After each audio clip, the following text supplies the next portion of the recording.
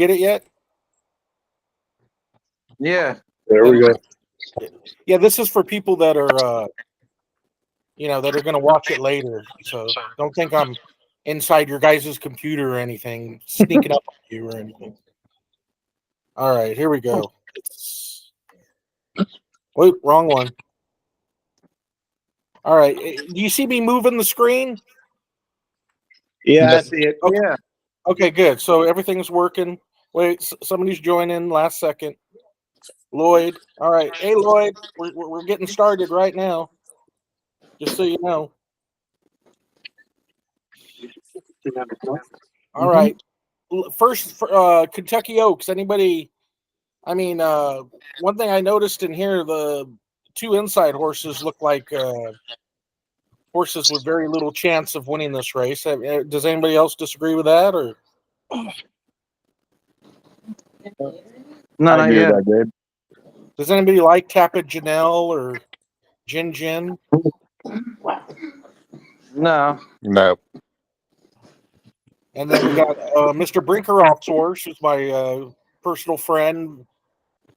So I'm a little sentimental about this horse. Where's My Ring? Improving horse, that nonetheless. Probably needs to improve a little bit more to win this race, though. I know, Bobby, you like Where's My Ring, right? You think it's got a shot? Yeah, I'm definitely gonna. I like that horse, and I'm definitely gonna put him underneath in my exotics. Yeah, that's kind of what I'm going to do. I'm not sure Where's My Ring can win this Yeah, but race. why can't she win? I mean, I think she's a really nice horse. And she is improving. I don't know. She ran second to Kinza by 5 lengths 2 races before. Anytime she's run against a little bit better. I mean, I was claiming this horse was the best maiden in the country a few months ago. I mean, this horse broke its maiden in that grade 3 last week. I mean, if you look at the first race, should have won. Both first 2 races of her career, she should have won. And she ran really big in the third race on the turf. And, but anytime she's won against, big competition, it's been a little tough. So I don't know if you like her, Bobby. I mean, I respect your opinion. Well, I mean, she's seasoned. She is getting better. And she's got Jose Lascano, which I really like on this horse. Yeah, and we gave her a perfect ride last time. That's true. And you know what? And there was all that trouble with the fucking horse going down in that race. I mean, that race got all screwed up. Yeah. Does anybody like the 4 regulatory risk here? Anybody looking at this horse third off a layoff? I mean, I think it's a lot to ask. Couldn't even beat Where's My Ring last time. Other than that, just broke its maiden. I know it's Chad Brown, but this horse looks like it will take a lot for this horse to win, in my opinion. Anybody like this horse? Anybody want to talk about this horse? No. Okay. I will say, Gabe, this is Chuck. On the 4, I mean, you can't really ask for better than Irad with Chad Brown. Third off a layoff. It's Jose. Constantly improving. I'm sorry, Jose Ortiz and Chad Brown. Yeah. Not Irad. But, I mean, constantly improving. And, I mean, see, I'll probably have this horse on the exotics. I don't think he can win. But, I'll probably have this horse in third on some tickets. Yeah. I could. The best I could see this horse running is third, but I mean, we'll see. I mean, then we got Torpedo Anna, Kenny McPeak, very impressive in the fantasy. Won easy, beat West Omaha, and the 1 horse was very confident. I remember this race well. I was at the OTB when she won. Anybody think Torpedo Anna is the winner here? She has proven. I don't know about the winner, but she's going to be in the mix in the trifecta at least. She ran 135 as a 2-year-old, winning by 9 lengths on this particular track. And from what I'm hearing, this horse is working out really good. Very It is good. second off the layoff, and other than her race in November in the Golden Road, she's done absolutely nothing wrong. So I like horses that are going to stalk. I've always liked horses that are going to be right off the pace, and I think that's the kind of trip she's going to get. So I definitely think Torpedo Anna is one of the horses to consider. Oh, absolutely. Consider her a major contender. Whenever I think of Lemon Muffin, I think of Bobby, not because you like lemon muffins, but remember the last meeting we had, you liked her 28-1. Everybody, another one, just like Where's My Ring, was a maiden in that race. You got to, there's a reason why these trainers put in these horses as maidens. Well, I mean, Bricknikoff, he got scratched out of the Arkansas Derby that day. Oh yeah. And he made the smart move of, I thought that was a brilliant move. I thought that, that race was a very, very weak race. And I thought that was a brilliant move to send the horse, because I'm like, because that's what I called Nelson, and I'm like, why is he not shipping this horse back to California? They send him to Oaklawn, and then they were going to race, and then they scratched the horse. I think it was bad weather that weekend or whatever it was. The ground was a little wet that weekend. Maybe they didn't want to run that weekend or whatever happened. I don't really know, but they wound up scratching out Arkansas Derby weekend, and then they send the horse up to New York. I'm like, this is a brilliant move. I'm like, how do you not like this horse today? I'm like, I would have singled that horse on my tickets. Yeah. You like Lemon Muffin, Bobby? Yeah. I can't deny that 58 workout again. 58 workout, and I'll mention something about Lemon Muffin. I don't know in this capacity of field if she's going to be able to win, but if you go with that in and out pattern and stuff like that, like she didn't throw a clunker in the last race, but she was coming off that big race that she won. That was her first victory. So I mean, it's I think she could have did it again, but I didn't like her that day to come back and win again. I don't like her today, maybe to win, but she's definitely in my exotics. I'm saying I'm putting her at least. I'll probably key her up and down, second, third, fourth. One thing I remember about Lemon Muffin last time is the horse was very dead on the board. She was expected to be a lot lower than 5-1. Well, you have a horse that all of a sudden, that was 30-1 on the morning line, in the past couple races. Then she wins that race, and now they, and now they put the horse at 5-1. I mean, she went off at 9-2. I mean, that's a huge jump. The morning line that they put on. Yeah, but I think her morning line was 7-2 or something, and I think it was 5-1, wasn't it? No, I remember thinking Lemon Muffin was really dead on the board. Right, maybe it was 7-2, but it was in that range, 7-2, 9-2. She was dead on the board. I remember. Yeah, I remember distinctively thinking, I knew she wasn't. Wow, they're not betting her at all, so she must not be good that day. So maybe she wasn't good that day, because if she runs to the Honeybee, then I think she's got a shot to. Yeah, I mean, she might be. She might be competitive again, and again, like.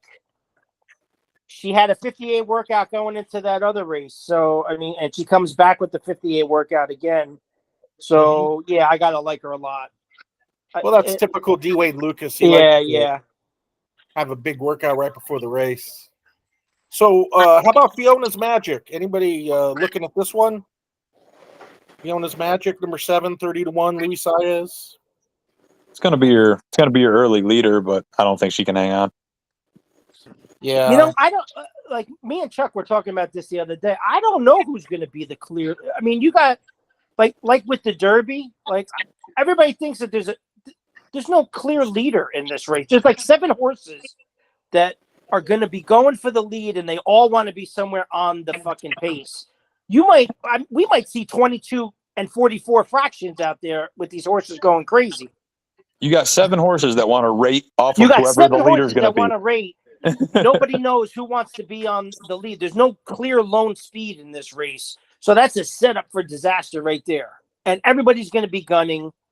And Yeah. you know what? Honestly, I think this sets up, unless one of these horses really trip the fuck out. I mean, I think this sets up for a major closer.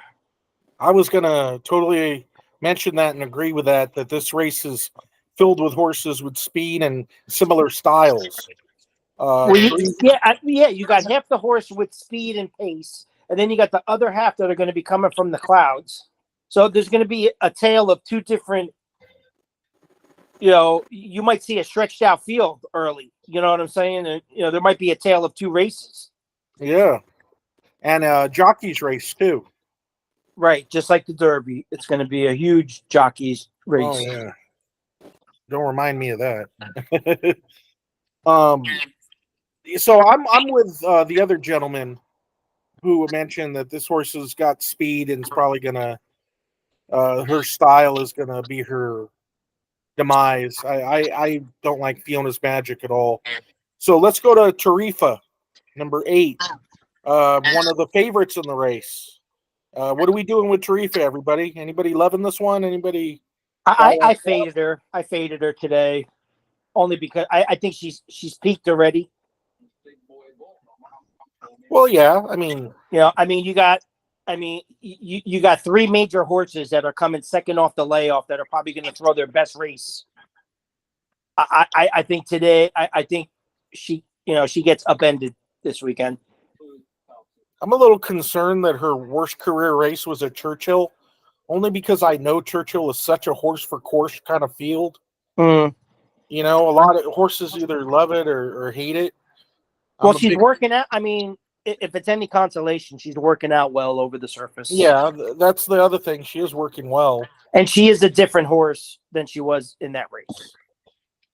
And she did have the rail and a little bit of issues. So, yeah, I give you that. Now Pratt. I mean, she's another one you can't, dismiss, obviously. But, it's another one that I'm probably going to throw, way, way underneath. Yeah, I mean, I want more value than this horse, and I don't think this horse absolutely. Yeah, is going to provide value. I do think Pratt, in my opinion, and I watch Pratt's rides more than anybody in the country. I mean, and I know the guy very well. He is the best at positioning horses that I've seen since Chris McCarron and Jerry Bailey. He always has his horses in the right position. So I guarantee you Tarifa will not be on the lead or close to a terrible pace. Pratt's got a really good clock in his head. So expect Tarifa to lay about 5th or 6th, in my opinion, and have a good trip, probably. But that's where I have her too. You said you didn't think she was going to provide. What do you think her odds are going to go off? I don't think she goes off as the favorite, and I don't see a favorite anything being low. I don't know. I don't think there's nothing below 7-2 here. Well, it could be a good betting race, yeah. But I wouldn't be surprised if she goes off at 5-2. Wow. Only because 3-1. Because she's for the past 3 races, she's been everything that everybody's been talking about. She's been talked about, how Fierceness has been talked about. This horse is the next second coming of Christ. You might have a point. Maybe this horse might get forgotten because there's so much competitiveness in this race. So she might. People might think that she peaked already. I think Torpedo Anna or Just FY ends up being your favorite, but I think it's at 3-1 or 7-2. I mean, Leslie Rose is going to get some money, even though she's way outside. There's just so many people are going to go, well, she just beat the 2-year-old champion, Just FYI. So she's going to take money. I mean, I think you're getting a bunch of horses between 7-2, 4-1 to 7-1. A bunch of them. The horse I think will probably be the favorite is the 13, Just FYI. I think that's probably going to be the favorite. If I had to, somebody put a gun to my head, I'd say that's probably the favorite. Second off. I agree. I think a lot of people, and Leslie Rhodes beat her last time, and that was a grade 1. A lot of people are going to be like, hey, grade 1, you know, and Irad Yeah, Ortiz. but she was coming off a 6-month layoff, and then she had that little hiccup with her foot, Yeah. and they were supposed to run her back in like March, and then they got sidetracked, and then they brought her back in April. Exactly. She won the Breeders' Cup Juvenile. She was undefeated prior to that. I think a lot of money is going to come in on the 13. So, talking about Tarifa, then we got Everland with the hot Abel Cedillo, who's won a couple. Yeah, baby, give me this fucking horse. You like this one? I love this fucking horse. Oh boy, here we go. Bobby with his I love this bomb. horse to come from out of the clouds. If this pace scenario goes fucking fakakta, I fucking love this horse to run everybody fucking down. I have this horse laying last. This is I'm using this horse and Anna Marie in that little competition that you're doing with Seth. Those are my two horses, and I'm telling everybody right now. Oh boy, looks like. So thank you for your $1,000. Yeah. Hey, I already have it in the bank, so. No, I'm only teasing. No, it'll be me sending the money. No, but you know what? Honestly, I'm gonna use that horse because I know everybody else is gonna be using everybody else, and so I'm trying to think outside the box. But I really think that this horse, Lemon Muffin, and who was the other horse, Chuck, that we were talking about that might be a huge shot that might get in if there's a Power Squeeze. power. Yeah, I'm not too high on Power Squeeze, but Those are the two that'll be coming running. I mean, but Everland is the Turfway Park horse I mean, it's probably gonna be last. I like this horse. He's He's a little light. She's a little light on speed figures and everything like that. But I'm just. But if you look at her, she powers and she's been improving a little bit every single race, and she just closes like a freight train. And if it's a night, if we're looking at a hot pace, why not this horse? Yeah, I mean, I have this horse laying last, so if it falls apart, definitely think this one is one to like. What do you call it? Who was the gentleman that was talking about Tarifa earlier? Chuck Barn. Chuck Barton. Yeah, you know what? You're right. If Tarifa might, if she's going off at like 6-1, I might have to put something on her. Only because the more I think about it, you guys are right. There's going to be a lot of pace in this race, and I know my boy Pratt. He's so smart. He will not have this horse close up if they're going 45, 46 flat.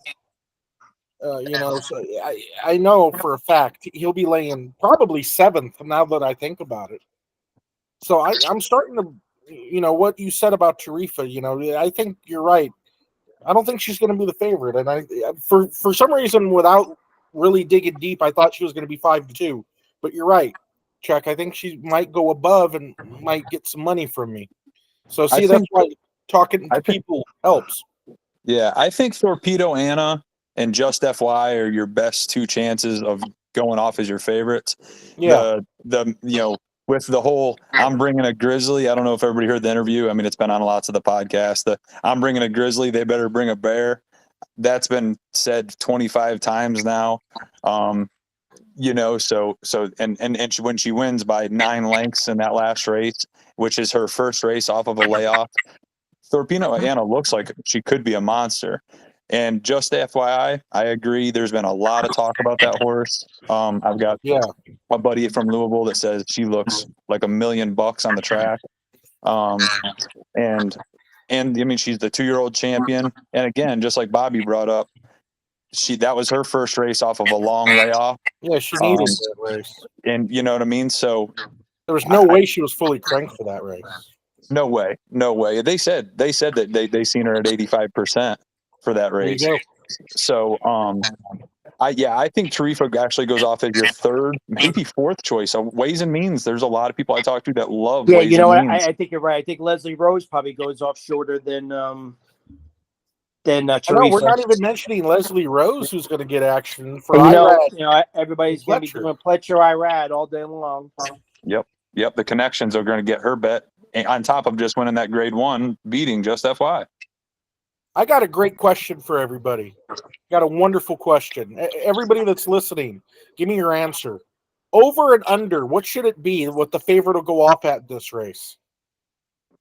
3-1. I'm thinking 7-2 now. 7-2. 3. How about you, Bobby? What do you think the favorite will go off at this race? I'm going to say 3-1. That's still high for, you know what I mean? It's not often you've got a 3-1 favorite. But are we doing well? You said under or over. So if we say 3-1 is the medium, how many people are going under and how many people are going over? I'll go over 3-1. Over 3-1. I think Over. 7-2. Could even be 4-1. We might have a 4-1 favorite in this race. Yeah, you might. This is definitely a good race. And you got to love it, Great. man. You got to love a competitive race like this where, everybody's trying and, nobody shied out of this race. I love it. So, All right, so let's. I do want to Huh? run by a question. I know we got more horses to go over. Yeah. So because I've got 5 horses that I consider win horses in this. And for your trifecta, superfecta stuff, I mean, do you just guys would suggest picking one of those horses and keying the one that you want to key in order to make bets reasonable as far as cost on something like this? I mean, because That's what I was thinking about that this afternoon when I was figuring out how I'm going to bet and wager and stuff like that. like key So, just FYI, like and in then a race like this where there's so many possibilities, yeah, like I personally would probably take those 5 horses and wheel them in first and second. I don't even think you do like a 50-cent trifecta and you wheel those 5 horses in first and second, and then you just hit the all button in the last race. Or which horse do you like the most, Chuck? I'd probably say just FYI would be the one I would key. Just FYI. So I would do a tri-box key where you're keying just FYI, because I thought about this today, and it won't cost that much. Maybe $48 or something like that for a 50-cent try. Keying, do a key box with FYI. So if she comes in first, second, or third, you're going to hit it. And if a bombs come in front of you, you're going to fucking make bank. Yeah, that's what I'm thinking. And then if you break even on the race, fuck it. If she wins and it's kind of chalky or whatever, all right, whatever. Maybe, I don't see the trifecta paying any less than $100 for 50 cents. I agree. I think it's no matter what. I mean, even if you get a 3-1 over a 5-1 over a 6-1 at the Oaks is going to be The 125. pools on Friday and especially Saturday are going to be astronomical. They're going to be just as big as the Breeders' Cup pools. You know what I'm saying? I mean, honestly, these 2 cards today, Saturday and Friday and Saturday, are probably as close to as a Breeders' Cup. Probably the best card I've seen all year so far. I Pegasus agree Day. with that. I mean, I thought Pegasus Day was the absolute bomb card all day long. As far as competitiveness, way better than the Pegasus, best in my card I've opinion. ever seen. And I think these 2 days are just as competitive as a Breeders' Cup Day.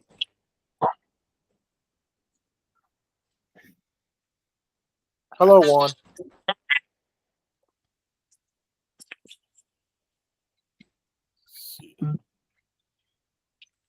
You still there, Mark? Yeah, I'm still here. You're not talking. You're too quiet for Yeah, me. well, I don't have the form in front of me with the Oaks or whatever, so I've just been listening. And you I guys are have way the form. more. I put it right there for you. Yeah, I have a hard time seeing whatever. But you guys are like way more informed and everything. So I'm just kind of listening and trying to pick up on you guys. I don't know. I'm kind of ignorant compared to you guys with all this. Oh, Stop it. Right. He'll I fucking know probably guys win $1 like million. that. I'm just trying to fucking learn. That's all. but yeah, the trifecta is going to pay huge. God, how many combinations is that? I think with 14 horses, It's something like Well, I mean, even if you don't use 2,700 all possible 14, even if combinations. you don't use all 14 horses, just even if you just keyed like your key pick with like, I mean, because if you if you do a dollar try key with 4 horses, it's $24.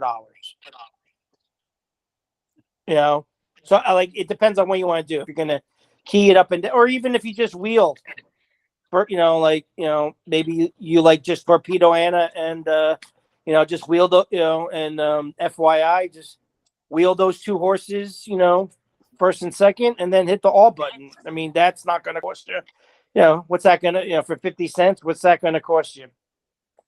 $12, $14. You can even do it for $1. Yeah, but what I'm saying is that when you have 14 horses in a race, that's like 2,700 different trifecta possibilities. So that's gonna, like you said, even if it chalks out, it'll probably pay $100. Right. Because when you have 10 horses, I think it's And, like and the way 1,000. we're talking about chalk here, we're talking 7-2, 5-1. Yeah, like if 9-2, which is still FYI, not a bad, Tarifa and that's still not a bad Torpedo Anna. trifecta. Yeah, like if it's 13, 14, 8, that'll still probably pay very decent. Yeah. How about into Champagne? Anybody? I mean, I know Bobby is into Champagne, but do we like this horse? Or I mean, she's a nice horse. I don't like her today. She's another she one. did beat Leslie Rowe though. I just can't trust Le Peru. I just can't. He's one of those jockeys for me lately that I just can't figure out. If this horse, I feel like if she was going to win one, that second race back where Fiona's Magic wired her, the fractions were there for her to do it. She had the trip to do it. It was smooth. If she was going to win, she should have won right there. And she just doesn't have enough. She's another one that's going to push up against the Fiona's Magic. She's going to try to push that pace a little bit. Right. Yeah. But she's not going to hang. Not at 1 1/8 miles. Yeah, I don't see her passing horses. So yeah, I'm going to throw her out. Nonetheless, then we got the Chad Brown horse, Ways and Means. I hear some people talking about this horse. I like this horse. This one. I like this horse to Friday. This is another one that might be coming off the pace, right? Yeah. Tyler's another one. I think Tyler Gaffleone is one of the most strategic jockeys in the country. He's very smart. He knows where to place his horses. So if we're talking about a jockey's race, Pratt on the 8, Gaffleone on the 11, I think these guys will have their horse in good position. Now let's look. This horse ran at Saratoga, where it's very hard to win. Beat a horse that came back and won its next race by 12 3/4 lengths. So did absolutely nothing wrong there. Then ran in the Spinaway, went off at 2-5, and lost by a half length, while 6.5 lengths in front of the third horse. Clipped heels, so taken up at third. I think she was the best. Yeah, but Brett Work freaked the fuck out that day. Like, nobody was beating that horse that day. Exactly. We can't take nothing away. And then had a long layoff, 6 months or so, and ran a very good race against Power Squeeze with trouble. I don't remember this race. That horse had a lot of trouble. Yeah, you know what, guys? You guys help me with this race. Was Ways and Means the best horse of the race? Absolutely. Power Squeeze and Ways and Means were the 2 best horses in that race. Oh, okay. But I don't like Power Squeeze coming back. I liked Power Squeeze that day because that race before at Tampa, when I saw that horse, he got hemmed on the rail and he had a lot of trouble trying to get out. So, like, if Chuck would have asked me, I would have said, because I know he loves Ways and Means. I couldn't single that horse that day. I would have had to at least use those 2 horses for that because I knew Power Squeeze was going to run a big race that day, only because she had so much trouble at Tampa and she was fully loaded and couldn't do what she wanted to do that day. So like in that leg, I would have been those two horses only.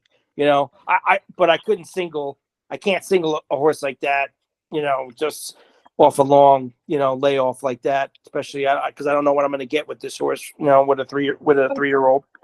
So Bobby and Caffiero, I'm sorry if I butchered your last name, dude, but he made a great post. Salzano. No, yeah, I know, but there's a Bobby Caffiero, right? Caffiero, is that? He was just sent me a on text here. saying he's not in here anymore. Oh, okay. Well, he made a post on the Facebook site or on the Facebook, and he put on there. He said he didn't put that it was ways and means, but he said, if you had a horse that was bumped hard at the start, then clipped heels, then was steadied hard in the first turn, would you have to play that horse back? And Bobby Salzano said absolutely, you got to play that horse back. And I thought it was a great post because there was a lot of conversation underneath it, a lot of comments of people talking about it. And then, you kind of figure out what's ways and means. And my question is, I didn't know Bobby, what horse it was, because when I saw Right. the post, because he just Right. had that little blurb on there, Right. what Right. what the bylines were. but we realized it's As soon ways as and I means saw the after the fact. bylines and I read all three of them, I'm like, yeah, this is a horse that I don't care what his odds are. You got to play this horse back because, if he doesn't get into this trouble, you're talking about a different race there. Absolutely. But I guess my question was I agreed. I was thinking of that myself before Bobby had posted that. But at what point do you go, man, this horse finds trouble? Like, I love her. I love her. I have since she won by smoking and is out there at Saratoga, but I'm like, dang, man, this horse just finds trouble sometimes, as talented as she is.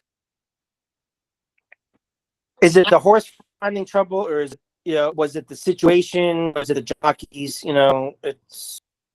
I don't know. I know they There's say trouble each horses time. find trouble and stuff like that, but you got to take every single race in a single strand of grass.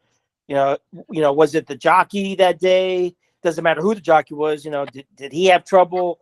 Was there did everybody bust out of the gate at the same time, and people were slamming into each other and getting in front, and jumping in front of everybody and stuff like that, and so it's you don't really. I could probably use that, Bobby. I could use that excuse if it wasn't Flavien Prat twice and Irad, and now we're going to Tyler. Like if it was somebody else, I could probably give it to the jockeys once or twice or three times, but I don't know, man. That's why I texted you earlier about an hour before we started and said, man, I bumped her down. As much as I loved her, I bumped her down because, man, it's like she just finds trouble. Chuck. Are you Chuck? Yes. Yeah, I started a thread a couple of years ago. I have a crazy, weird memory. I remember the most insane stuff, like meaningless stuff. I do too. But I started a thread 2 years ago. I'm going to bump it up. I'm going to find it, where I asked that same exact question that you're asking about this horse. I asked, are horses prone to trouble? And most people said yes to that. Interesting.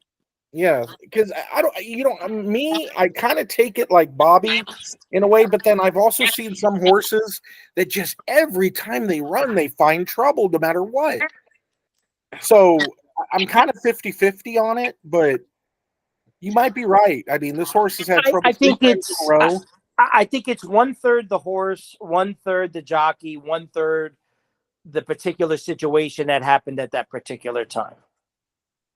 I will say one thing. Could it be that maybe the horse has trouble getting out of the gate every single time? Is he a bad breaker and causes the horse to get trouble could cost you the race in this race. Oh, absolutely, yes. Any kind of trouble. The winner of this race will probably get that ideal perfect trip. Of course, because all these horses are, they're facing, the best horses of their age group. Yeah. In the whole best field they've ever run against. You're right. Maybe they raced against one or two of these horses throughout the year or a couple times or whatever. But now they're all racing together in one field. So, no, I understand what you're saying, but how much can you blame the horse? I mean, but it'll any little trouble. I mean, does the horse know how to get in trouble? I don't know. Some horses they shy away from going in between horses or the rail or Oh, yeah. Well, yeah, I definitely believe that because some of them get squeamish in the gate. They don't like the tight quarters. They don't like being jammed up in there and stuff like that. So a lot of horses. You're right. They don't like like when they're all coming out of the gate and bumping and knocking each other into and stuff like that. They don't like it. And some like it, some don't care. And some, they that's it. They're done in the race. As soon as they get hit or smacked or misdirected, that's it. Boom, they're done and they give up. All right. Well, let's get to Power Squeeze. So this doesn't go till 4:00 in the morning. Anybody like Power Squeeze? Love Power Squeeze. Oh, who loves Power Squeeze? That's Chuck again. Oh, Chuck again. As far as a price, you're going to get, which I was very interested to see her odds drop down to 7-1 right now, from the active betting. But I think I agree with Bobby as far as I think we're going to see a pace meltdown, and this horse will love the 1 1/8 and will absolutely come running. And it's a horse that if you'll look back at Tampa, you don't see it on the form because she didn't hit the board. It was a 6-horse race. Life Talks was in that. She went off at 1-5 and was supposed to just eat eat those horses up. And Power squeezed inside her, got on the rail, pretty much pushed her out of the way and kept right on a truck. And she's a big, strong horse, and I watched her that day. She stayed close to the pace because it wasn't very hot. I'm talking about the Tampa race, 2 back, and she stayed a little bit closer that day. But she can come from out of it, and she can be mid-pack, but she's going to come running. She's the one horse out of all of these that I know is going to like and want that 1 1/8. Yeah, I think 1 1/8 is probably her ideal distance. I'm agreeing with that. Well, she's by Union Rag, so she could probably even go longer. She might even like a longer distance. One thing about Ways and Means, Bruno DiGiulio was really impressed with her last workout, the 46 and 2 best of the day. Said it was blasted off in 12:22. He had it at 45.4, and her flattening out to 112. So looks like Ways and Means is coming into this race really, really ready to roll. So if you like Ways and Means, yeah, you're going to see a huge effort from that. That's another horse. Just FYI, that's my trifecta: Torpedo Anna, Just FYI, and Ways and Means. You're going to see 3 huge efforts from these 3 horses in a norm. But again, we don't know what kind of. Are we going to get a 23 and change? Maybe low 24 pace, no. or are we going to get a We're going to crazy get ass 22.4, 22 and change speed 46.3. duel? 22.4, 46.3, 110 flat. That's what I'm thinking. These horses are too good. All right. Let's get to Just FYI. Just FYI. We talked about this horse a little bit already. Needed its last race. We all forgive her. She's probably going to come to this race fully cranked. Could get that nice trip too, right off the pace. Has shown that it could pass horses. So we all admit that Just FYI is a major contender, right? Anybody is taking a stand against her? Anybody have a strong opinion? Let us know now. Nope, I'm using her. Yeah, I'm definitely using her. So nobody is against her, right? Chuck, you're using her too, No. right? Yeah, she's a must-use. Yeah, she's done nothing wrong. And Junior Alvarado, he's a smart rider too. So I think he'll give a good ride. I trust his strategic abilities. So I think just FYI. What do you think about the post 13? Anybody worried about post 13? Nah, because she's already won from 2 outside posts. Yeah, and there's a long run to the first turn, so gives them plenty of time to adjust. So I might be a little concerned with She's gonna do Rose. what Pretty Mischievous did last year. Who we had, remember? Who I had. Oh, I had it too. So, what? You're the only person who had it? No, but I you know what? That would see this year I didn't with the oak with all the Oaks horses and like the fillies this year. I didn't get a good feel for anybody this year. Last year, from day one, from that day when she broke her maiden, I fell in love with that fucking horse, and that was my ride or die all fucking year. Even when she lost, I was like, I don't care. This horse is gonna fucking bounce back, and when she comes back as a 3-year-old, she's gonna be even fucking. I love this. I love that fucking horse last year. Yeah. If I didn't even use any other fucking horse that last year. I followed that horse from day one. Every fucking NHC tournament that I played and she was in, I used that fucking horse. I didn't give a fuck what fucking price she was. I just absolutely loved that horse as a 2-year-old from day one. And I followed that horse for 2 years. And actually, she's running Friday. Her first race back. Hey, who was the favorite in that race last year? It was a Pratt horse. What was the name? You remember? I don't even remember any other horses. Gambling Girl, wasn't it? No. It was a horse that ran last Gambling week. Girl. Gambling Girl was like 15-1. No, it was a horse that ran last week. A horse that I'm always against, that always gets bet. Oh God, it's on the tip of my tongue. It was a Pratt horse. It was number 7 that day too. I remember I was completely against the horse. I didn't wet paint. Oh, I Wet never paint. liked that horse. I never liked that horse. I at never all liked from day wet paint. one. Me either. Since day They one, I made said such wet a paint big is deal about overrated. that horse.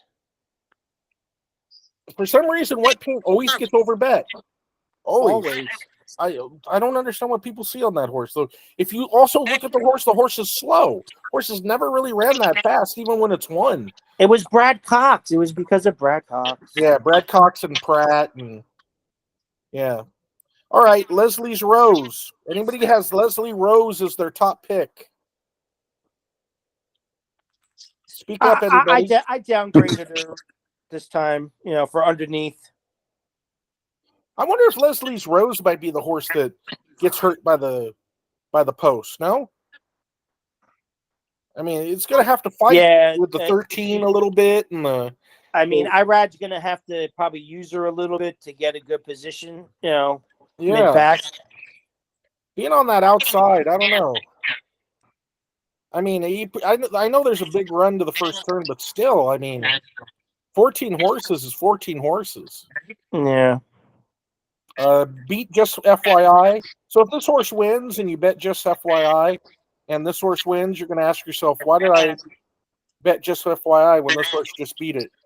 But nonetheless, I don't know. I think this horse may have peaked in its last race. I remember watching this race. And I also remember Irad gave a perfect ride on this horse too. He gave an absolute perfect ride. So I think that contributed to the race too. Got a perfect trip, in my opinion. Split horses, went from outside to inside. Irad was really on fire that day. I think he had 4 or 5 wins that day. So it was one of those days where Irad was on fire. So I've been following this horse from day one, and I had her in that last race, but I think this time, like you just said, I think she's coming into her 4th race, and I think she's kind of maybe a little bit used up, and with the wide post and everything like that. I think there's too many horses right now that are just starting to come into their top form. You know what I'm saying? And she's already kind of been there already. So she would probably have to like she ran a 95. She would probably have to run like a 105, you know, or like a 103 to beat this group. You know what I'm saying? So I'm thinking that she's going to regress a little bit. Not that I'm not going to use her. I'm going to use her underneath. I do like her. I don't like her to win. It's just hard when you think if she's equal to 3 or 4 other horses, if she's all the way outside of them, and she got a dream trip, and you've got other horses that you think are equal to when she was just third off the layoff, and these horses are going to be second off the layoff. I mean, that's what bumped her down for me. Is like you guys already like said, is that I feel like she might have. I feel like she might have peaked where the other ones are about to peak, and we have them equal now. So right. Yeah, and she also, I tell you, she had the perfect trip. Like everything went her way, and I don't think she's going to get a perfect trip, especially from post 14. Yeah, no. All right, let's move on to the Derby, the big one. Let me change screens here. Let's see. Just for a second. We still got a lot of people here. Yeah, I'm still here. Oh, Brad's handsome face is still there. Yes, sir. All right. Soaking in knowledge. I thought, Brad, you've been quiet, man. I mean, who'd you like in the Oaks? I'm just Listening to us? Or? yeah, I'm just kind of listening and getting some different. I think it's gonna be sloppy Friday, and that's something we didn't talk about. Oh, I think wow. the track's definitely gonna be off Friday. Is it really? Is it? God, I remember looking and that's a very good question. I'm glad you mentioned Yeah, that. like I 70, mean, are we definitely sure it's going to be pouring? they're God, I calling remember for looking. an inch or more on Friday. Really? God. Yeah, let me pull it up here. I just had that. I remember looking like yesterday, and I thought it wasn't going to rain. I'm just going to look just to make Well, sure. I heard something yesterday that they said 50-50 chance of some kind of rain Friday and Saturday. All right, the latest I have here, 70% rainfall, about a half an inch. Okay. And a little bit that night, and then Saturday, hopefully it moves out. That would be great. that's what I was seeing. That's what I was seeing. Brad, was like 70% chance, but they were only expecting like a quarter to a half inch of rain, like Right. not a downpour. So Yeah, but did they say when is it going to rain in the morning? Is it going to rain during the races? Just kind of sprinkling all day, like a sprinkling, misty, nasty day. Yeah. Periods of rain. Well, yeah. Depending on how hard it rains, it might not be sloppy. It might just be a good wet, fast track. You know. They usually have it souped up, this weekend anyway, so they'll have it packed down, I'm sure.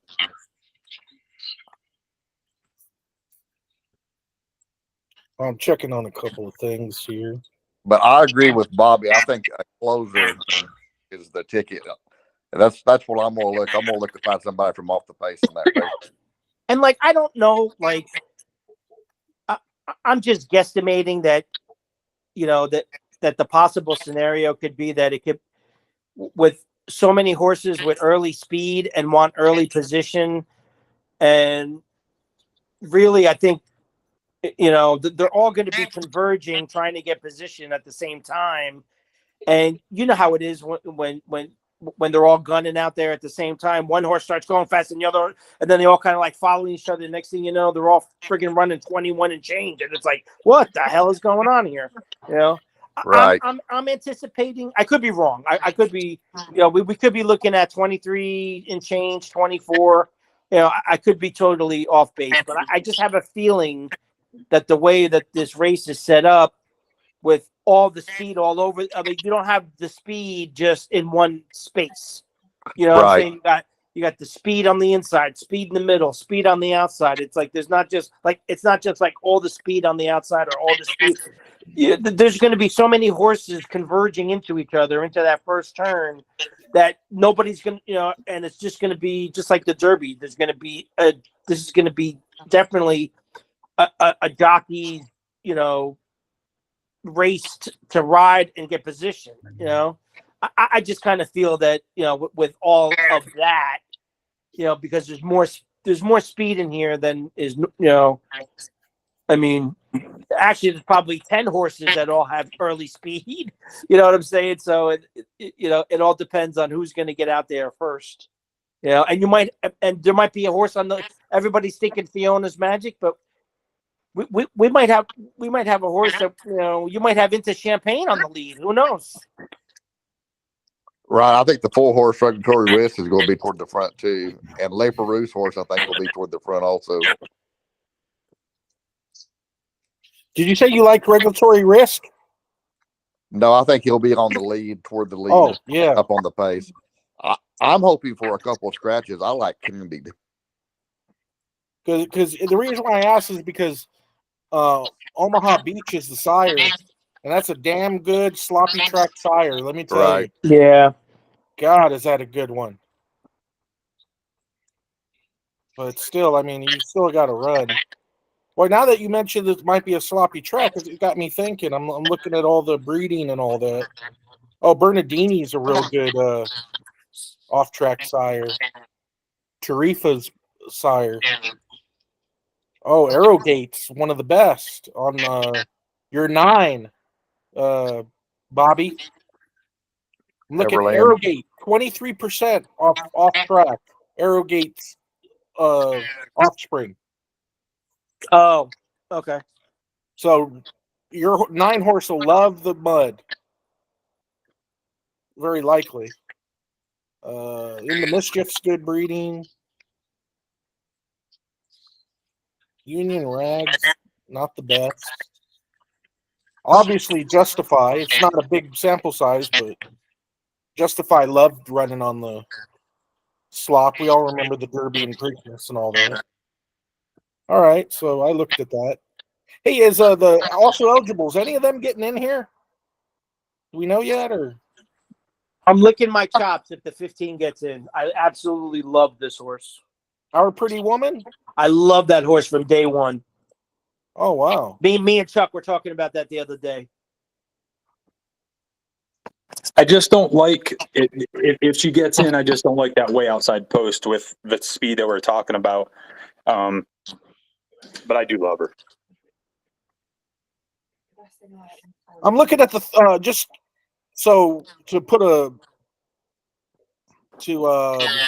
get over this Oaks race. I'm looking at the Thorograph numbers right now, and even these are very competitive. You got Torpedo Anna running a couple of 4s. You got, let's see, Tarifa running 5 and 6s. You got, let's see, Ways and Means running 4s. You got Just FYI ran a 4 last time. Leslie Rose ran a couple of 4s. So this has the looks of a very competitive race. So very, very competitive. There might be 5 horses within the length of each other when it's all said and done, I think. I think coming to the, it's not going to be. I don't think it's going to be a pull away like Pretty Mischievous did last year. I really think it's going to. There's going to be a melee on the front end, and there's going to be a melee coming to the wire. You could. I actually see 8 horses coming to the wire all at the same time in this race. Yeah, it could be. Definitely. All right. Well, let's move on to the Kentucky Derby. Do you see the Kentucky Derby screen moving right now? Yep. Okay, good. All right. So let's start off with Door Notch. I hear some people like this horse. I personally don't, but let's hear it. Who likes this horse and why? I like him. You know, I mean, not to win, not yet. You know, he's had I don't know. He's had too many setbacks for me. You know, I mean, he was one of my, you know, besides Anna Marie and Sierra Leone and Track Phantom. Yeah. You know, he was one of my horses that I put in my Kentucky Derby stable last year. You know, after his first couple races, to pay attention to. You know, and I don't know. He hasn't been the same since, but he does look outstanding this week. Have you seen him on the track this week? I've been watching all the workouts this week. wow, Good looking horse. Yeah. he looks fucking beautiful. That doesn't mean anything, but I'm just saying, like, he looks totally different from when he was in Gulfstream. Like, I didn't think he looked too great in the last two races, but man, when I saw him at Churchill, I was like, whoa. He was ripped. His eyes were like, get the fuck out of my way, bitch. And I was like, damn, this horse is going to mean business on Saturday. Not that he's going to win, but he's not my top picks, but I'm going to still keep him in the superfecta and the high five. I don't think, and now I just heard something about it. Like, I heard something about his foot today, but they said they just gave him new shoes. But now somebody said something about something is wrong with his foot. I just thought that they just changed his shoes or something like that, and it wasn't a big deal. It says he has a cracked hoof, according to the post on the site. Okay. Yeah, I mean, I'm still going to use him underneath. I'm not as crazy. I mean, he was never like my top, but he was definitely one to keep a watch of. And I keep telling everybody,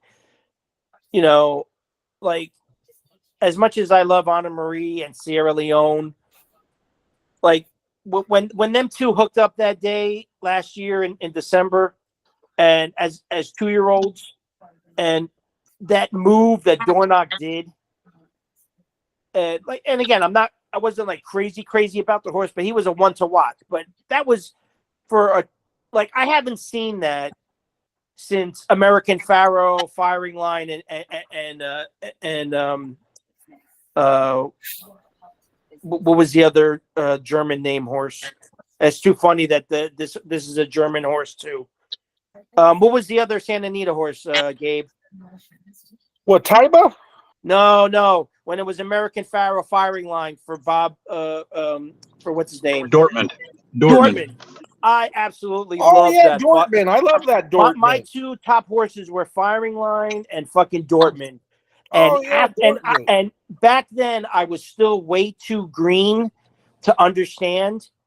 But when we were at Rockingham that day watching that fucking race, my friend Stevie that taught me how to handicap, and he's been going to the track like you, Gabe, since he was 10 years old. Fucking, they were huge degenerates back then. I mean, they were going to Suffolk Downs when they were fucking teenagers, fucking skipping school and running to fucking Suffolk Downs and fucking Rockingham. So he's been reading the form since he was like 10 years old, So when he said to me that day, he looked at us, there was like 10 of us sitting at the table at Rockingham, and he looked at after that race and he said, "Oh my God, did you just see what that fucking horse did?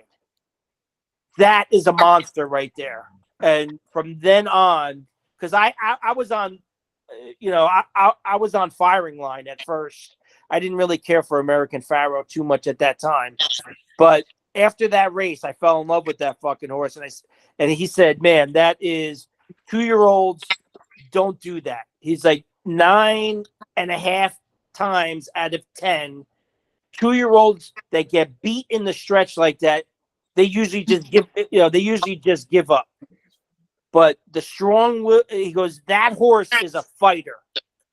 And the same thing, I saw the same exact thing that fucking Dornoch did with Sierra Leone. Everybody says Golden Rail. Fuck that. Fucking Firing Line and Dortmund had the fucking gold. It was all speed favoring that day at Los Alamitos. So fucking that's bullshit. And look what happened to those two fucking horses. They fucking every fucking time they all ran against each other, it was fucking American Pharaoh, Dortmund, and Firing Line. 1, 2, 3, 1, 2, 3, 1, 2, 3. Every single fucking time. Breeders' Cup 1, 2, 3. You know what I'm saying? So it's like, and and I saw the same, and that's the only reason why I mentioned it to everybody that day, because that shows me that fucking horse knows how to fight, and that's the fucking horse I want coming down the fucking stretch. Now, the other point is, did that race take, and that's why I said buyer beware, also at the end of at the post, because we don't know how much that took out of him coming back. So I said that's a horse to watch coming back next year when they all come back, in 2024. And and he's had some setbacks. I don't think he looked good at all in the last two races. So I leave you with that. But he looks beautiful this week. He's going to be one of the pace setters. I don't know if he's going to get the lead with all the fucking melee that's going to Let's go mention on that it's a against full him. brother to Mage too. Full last brother. year's Well, winner. yeah. I mean, that was the other thing too. I liked him because he was good magic. That was my favorite horse that year. And that's why I love Anna Marie. Anna Marie is, I didn't even fucking. We'll As be soon as getting on I to saw, Marie. as soon as I saw this horse the night before, when I read the form before he even ran in his maiden special weight, all I had to see was Anna Marie and Dame, Honor Code and Dame Marie. I was like, I circled that horse. I put him immediately in my stable. Horse didn't even run yet. I said, that's all I need to know. Two of my favorite fucking horses. I got fucking Honor Code, one of my favorite horses of all time, and Dame Marie, one of my favorite dams. Phillies. That horse, I just absolutely adored that fucking horse. Wasn't the best, but I fucking adore. I fucking played her in every single race she fucking ran. As soon as I saw it, I love Wit. I've been following him ever since he left Chad and he started on his own. He's a small stable, but he's got really quality horses. I love him. Ben Curtis. All right. I love him. Talk about I've Sierra been Leone following right him now. for a long time in Europe. He doesn't get the prestige as like Ryan Moore and Jamie Spencer and Marquardt and all those, Zach Curtin and all those other guys, he Bobby, gets in we're the going to talk about shadows, Sierra Leone but he's right a now. good fucking jockey. What's that? All right. Let's talk about Sierra Leone. Who likes Sierra Leone on top? I know somebody does. I do. Yeah, I do too. Is that your top pick? Not my top pick, but I'm gonna, he's gonna. My top pick is Anna Marie, but he's definitely one or two for me. We got other people here. Anybody like Sierra Leone? I'll have you on my ticket. Mark, how about you? Yeah, he has a shot. Even though he's coming on a 2-hole, whatever, but he doesn't get out that much, that fast compared to some of these other horses. So I don't know if he's going to get stuck there in the rail and he ain't going to be able to come out. That's all I'm worried about. He's going to have to get the trip. A lot of people are, I think, underrating that because he's going to have to pass, 15 horses? Right. Maybe? Can he get through there? And he's got to go in and out. Tyler's good, but still, this horse is going to need some racing luck. I don't know how this pace is going to be because I think Dornach is obviously the pace setter, especially from the rail. Louis is going to have to really push this horse out to get position because Dornach does not want to be, stuck on the rail behind horses, So he has no other choice but to go. That horse has to be on the lead. Does anybody have any thoughts on Sierra Leone's greenness? Remember, he looked kind of funky turning into the stretch in the bluegrass. He was a little all over the place. He was tough to load too, if you remember. Took a long time to get him into the thing. This horse kind of has a strong personality. Do you think that might be his demise in the Derby? Anybody?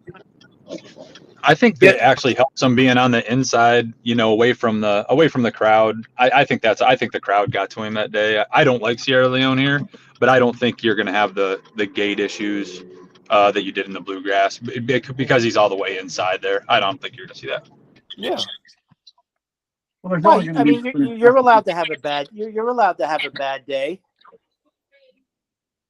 Bad day and still won. No, but I'm just saying. He's never been a problem loading before. I don't know. He could have just been agitated that day. Maybe it was a little bit warm for him that day. I don't know. But remember, he had that funky run in the middle of the stretch. Remember, he was kind of all over the place. Yeah, it was a weird run race that day. I think I was a little upset because I don't know if anybody, well, I'm sure nobody remembers, but I had a very large bet on Just a Touch in this race, which I wasn't too upset with because I did bet place as well. And so I, still made money off the race, but I was a little upset with Just a Touch being very close to the pace because it seemed like they were going a little fast and it was going to set up for a closer. So this being said, I mean, the pace fell apart and Sierra Leone got its own way that day. So that's just something to mention. I'm personally going against Sierra Leone on the win-in, but obviously you got to consider this horse, for exotics and everything. And of course, it's a contender. But, it's going to need some racing luck, and it's going to be the clear-cut second choice, maybe even the favorite. I doubt it, but all right, let's get to another horse. The horse that I think is a player in this race, especially if we do get that wet track that Brad's trying to get going for us. Mystic Dan. Anybody like Mystic Dan other than me? No. I do. I like you to win at Churchill and win in the mud and the 101, obviously. That's what I'm saying. This horse is. That's another reason why I like this horse because he's proven at Churchill, which is another thing I like. Or not just proven, won by 7 3/4 at Churchill under a tight hold, and won real big on the mud 2 races back. Now I know last time he didn't run, but he had some trouble and was bothered, and that was just a weird race too. If you're willing to forgive that last race, I think Mystic Dan might be a horse to use.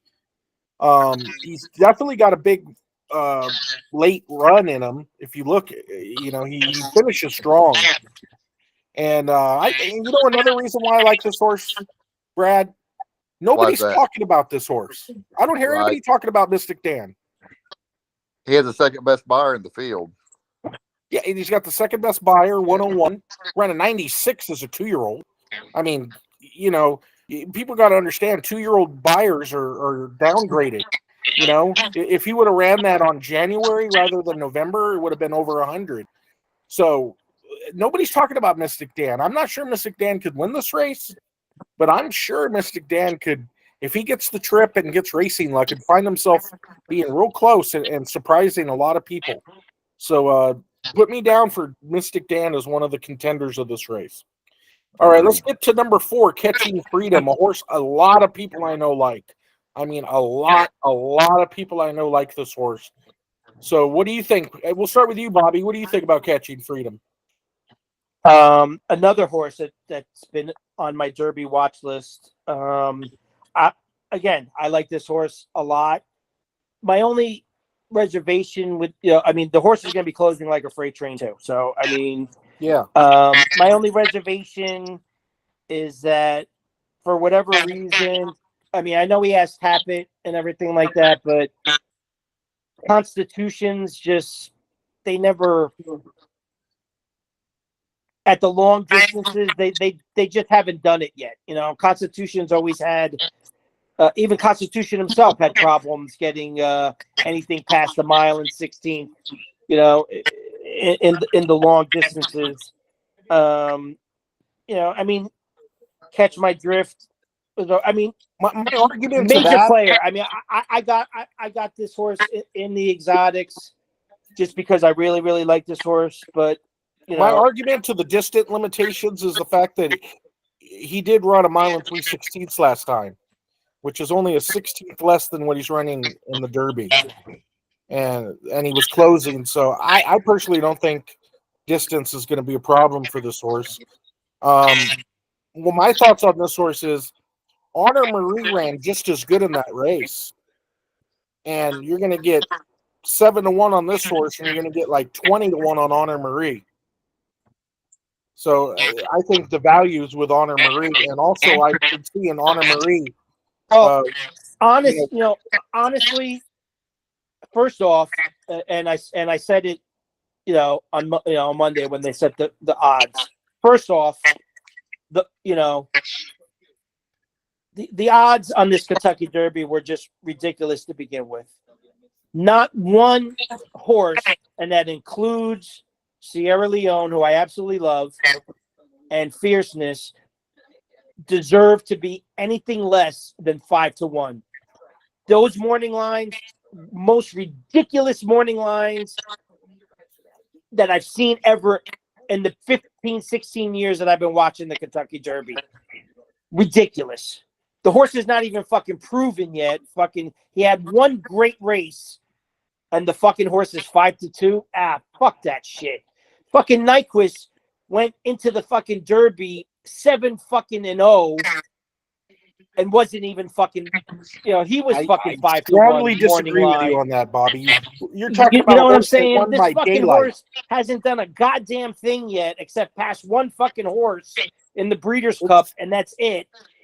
That's the and then the other three horses, Catching Freedom, Honor Marie, and Track Phantom. That's fucking crazy.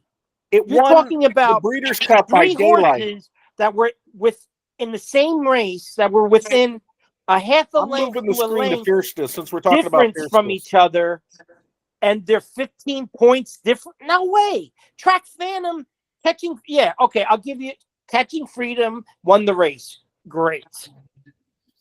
12-1, maybe. Phantom and fucking Honor Marie should have been 15-1. Honor Marie, I want Honor Marie at fucking 30-1. Give me 38-1. But I'm just saying those morning. How can you, three horses that ran in the same fucking race and they came 1, 2, 3 within a half a length of each other, and there's a disparity like that? Oh hell no! That's ridiculous. Oh hell yes! And Track hell Phantom. Yes. That's a fucking serious ass fucking race. That horse has ran his eyeballs out against 5 times heavy closer's bias and has been no less. Only one race, 4th, and he just got tired. The last 2 races out of the 12 hole, he ran the farthest and the fastest than anybody in this fucking Kentucky Derby in those last 2 races. And just lost by a half a length or less. Never been less. Fucking won 3 times, second twice, a third, and a fourth. This is for him to be 20-1 is the most ridiculous fucking thing I've ever seen in my life. That is a fucking serious racehorse. That horse is so fucking consistent. He should be fucking 8-1. I don't agree with any of that shit at all. Ridiculous. Daylight winner of the Breeders' Cup Juvenile. Daylight winner of the Florida Daylight Derby. winner. Daylight winner. He passed one fucking horse. He won by 6 1/4. So what? He ran 141 and 4. This horse has not proven anything to me that he can pass. This horse is not going to be able to pass 10, 12 horses. No fucking way. Well, He he's not gets going in to have between to. horses. He fucking freaks out. He's not comfortable in between horses. If this horse gets sent back, which I think he's not even going to be anywhere in the top 10 when they turn the fucking, there's so much speed to his outside and inside.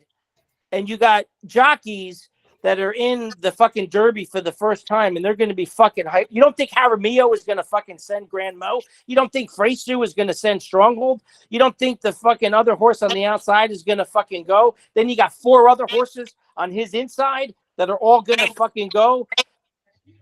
He's going to have to go back to his first fucking race and get that 22 sprinter speed to be able to clear from the 16th hole everybody, because the only way he's going to win this race if he clears the field and gets an easy lead. If he's fucking pushed, if he's got 3 or 4 horses around him, he's not going to be around at the wire. No way. I don't see it. The horse has to fucking prove it to me first. He didn't Prove get it the to me lead in first. the Breeders' Cup And if he Juvenile. fucking wins, great, fucking great. But I don't see it. I honestly don't see it. He didn't get the lead in the Breeders' Cup Juvenile where he beat Muth by 6.5 lengths. He was second on the outside behind fucking Muth by a half a length, passed him in the stretch, and then took off. Has passed one horse in his life. And Muth wasn't ready that day because he was stretching out for the first time. So If I you'll don't. go back to that Breeders' Cup Juvenile, Bobby. If Muth is in this race, I got fucking Muth way ahead of Fierceness before I fucking picked Oh, Moose before that's I fucking insane. picked. But, you know, I That's thought Moose insane is a talk. better fucking horse than Timberlake or Fierceness. No way, I don't see it. That's insane talk. You have That is a not insane talk. you have a blind bias against this horse for some reason. I do guess not, because I think this horse is fucking awesome. I'm just telling you reality. The fucking horse has not done anything yet. And not done everybody's anything. making him the second coming of Christ. Daylight winner of the Breeders' Cup Juvenile in Florida. I don't Derby give a fuck, Daylight winner. of both races. Daylight winner. Three of his wins. But he combined beat by nobody. 30 lengths. I'll give him the Breeders' Cup. That's one race out of fucking 6. In the fucking in the Florida Derby, he had to win that race. There was nobody in the fucking race. He should have won by 25. Bobby loves Fierceness, as we can all tell. So I'll give you a different I fucking angle. hate this horse from day one. Let me give a I mean, different and- angle. Just and a you guys different can angle. rub it in my Bobby. I face can't if he wait wins. till I this don't horse give a wins. shit. But this horse has proved nothing. Bobby, so let me give a different angle because I like has never Fierceness. run a bad race in his 7 fucking race career, beaten one length. I might And have this to fucking show a horse video. ran his eyeballs out in every fucking race and has run Might be time for farther me to show a video. than anybody else in this Kentucky Derby field, just because he had the clear 12 horses from the outside and he ran faster than anybody else because he was on the lead both times. If people don't think that that's a serious racehorse, then wow. You know, for him to be 20-1 is ridiculous. Fierceness did exactly what Fierceness is opened up Dorn here did. to a 2-length lead. Muth is second, then Timberlake down Are the we watching outside. this? But it is going to be Fierceness and John Velasquez. Oh, You're gonna they're bet running against them? away. Fierceness, a powerhouse win. Bobby, you're betting against that? I am betting against him every single fucking day. But Johnny Look at this. Day Go back still against sitting this. pretty Go back to the on turn. Fierceness, who tries to sneak away. In the turn, he's in between horses and They run has to to the go 5/16 split both of and them. Fierceness, he is getting away. He's now 4 in front. Of Catalytic course, is there's second, nobody in Grand the Mola fucking first is race. third Look at on the this. outside. Frankie's Empire, Conquest Good Warrior luck, at the rail, Bobby. but they all have too much to do. Fierceness is putting on a show in Hallandale today. Fierceness, the real Fierceness, has showed up to The whole Florida. world can have Fierceness. Crushing him in the Florida Derby. Fierceness Good luck geared going against down this horse. and on his way to Louisville. Look at behind his- Fierceness, luck. authoritatively in the Florida Good luck. Derby. He never had a threat. I'll take Catalytic was Miss. second. You It's know a what? very I'll close take photo for Mystic third Dan over between this Grand fucking Mola horse first that day. and Conquest Look at Warrior. Rapoli. Hades to Look at complete the Rapoli. high five That's in him. 148. Yeah. That's him Saturday. The real deal, ladies and gentlemen. I think The we just real saw deal. our Kentucky The Derby horse favorite. ran slow I wouldn't have fucking predicted that practice. he would have had. Slow fucking times and nobody in the fucking race, and he's the real fucking deal. And the Breeders' Cup in Unbelievable. turn, If he's fucking- in between two horses. If he was running against He's Nyquist another horse than the right other. now, like Nyquist would smoke the shit out of that fucking horse. Muth right up Right here. alongside. General Partner gives way and is Wow. back into third, and they're into the stretch, and it's Fierceness and Muth, the two of them turning This for home this with horse is Fierceness way in front. too inconsistent for Fierceness me. is opened Look at up this here horse. to a 2-length lead. Muth is second, then Timberlake Wow. down the outside. You guys can but keep it him. is You guys going can to keep be Fierceness He's not for and me, John but we're not Velasquez. for me. Pulling away. Oh, they're running away. He's not. Of course. A powerhouse win.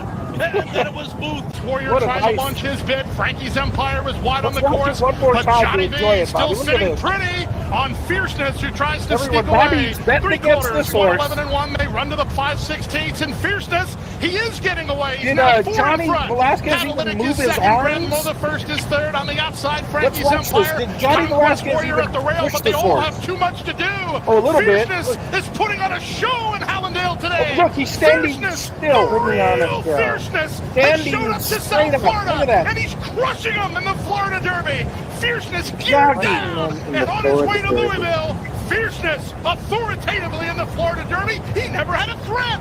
Catalytic was second. It's a very close photo for third between Grand Mola first and Conquest Warrior. All right, Hades let's, to complete the high we'll five go back to the in form 148 and 1. The real deal, ladies and gentlemen. I think we just saw our Kentucky Derby real favorite. deal. I wouldn't have predicted that he would have had. The real deal, Bobby. The real The deal. horse ran slow, and he's the real deal. Okay. All right, let's move on from this. We already talked about Catalytic, obviously. Oh, and Bobby hates this horse. and let me bring it. And let me bring another point. Buyer number that he earned that day is a full buyer bucket figure, because in 2 races earlier at the same fucking distance, the 2 horses, and they were girls that ran the same exact. Because I had people check that day, because I was like, "There's no way with those slow ass fucking fractions that he ran a 105." No, or whatever he fucking 115, wherever the fuck he ran. No way. 2 races earlier on that day, same day, ran by girls, 1/50th of a second off of that final time, and 1 second more of his final time, and both of those horses got a 95 and a 94 buyer number on the same fucking day, and just off by a half a second or a second for the final time. And this fucking that no more than 100 buyer, maybe 99 on that. Okay, False fucking figure. Fucking, Right, they're fucking promoting this let's move fucking. on. I just don't like that they're shoving. They've been shoving this horse in our face for 2 fucking years, and I fucking hope he comes in for fucking 2 last. years. If he fucking wins, from day one, they've been fucking talking about this horse that he's the coming of Christ. If he wins, fine. He's got to beat me. I don't like this horse. This horse will never be on any of my fucking tickets. And if I eat crow, I eat fucking crow. I don't know. I hope you got some ketchup ready. I'm gonna need a Brinks truck to fucking go home fucking Saturday.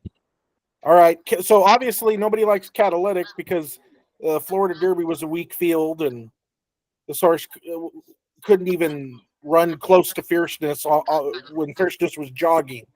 So we'll move on from this horse. Just Steel. This horse has some. Anybody like Just Steel? This, I think this horse has a big chance to hit the board or be in the Superfect at least. Yes, I agree totally. I like battle-tested horses. You know, this is the most experienced horse in the race, I believe. This horse has ran a lot of dances, and if you're into thoroughgraph numbers, this horse is very competitive too, as well. He's run some good thoroughgraph numbers. This horse, you know, tries most of the time as well. So, does anybody like Just Steel as a exact a possibility or anything, or what are some thoughts? Give me some thoughts. I kind of look at that horse, and I try to draw a line through any outlier race, and I kind of like him, but at the same time, I kind of look at that last race that everybody's hung on, and I kind of wonder if that's the outlier, if he's probably out of all the horses in the field, the most to bounce off that, kind of like Mystic Dan did last time. I know it's different because of wet track to dry track, but I think he's probably the biggest chance to bounce off that 95. Yeah, if he bounces, I mean, he has, you know, bounced before. Another thing that really makes me think this horse has no chance of winning, this is a clear exotic horse for me, is the fact that Honor Marie has beaten him, Catch Freedom has beaten him, Mystic Dan has beaten him. So all these horses have beaten this horse. So I don't think this horse, you know, I do like the experience, but I don't see this horse winning. Also, Keith Asmussen, I mean, you know, this is his first Derby, probably get a little nervous. I don't know his temperament, but nonetheless, I don't think anybody's going to expect Just Steel to win. Let's get to Honor Marie, a horse that I like for value purposes. This horse ran just as good as Catching Freedom last time, in my opinion. And you're going to get, you know, well, probably not 20-1. I think, right, Bobby? We'll get like 15-1 probably. Yeah, unfortunately. So we're probably going to get 15-1 on Honor Marie. Catching Freedom is going to be like clear third choice.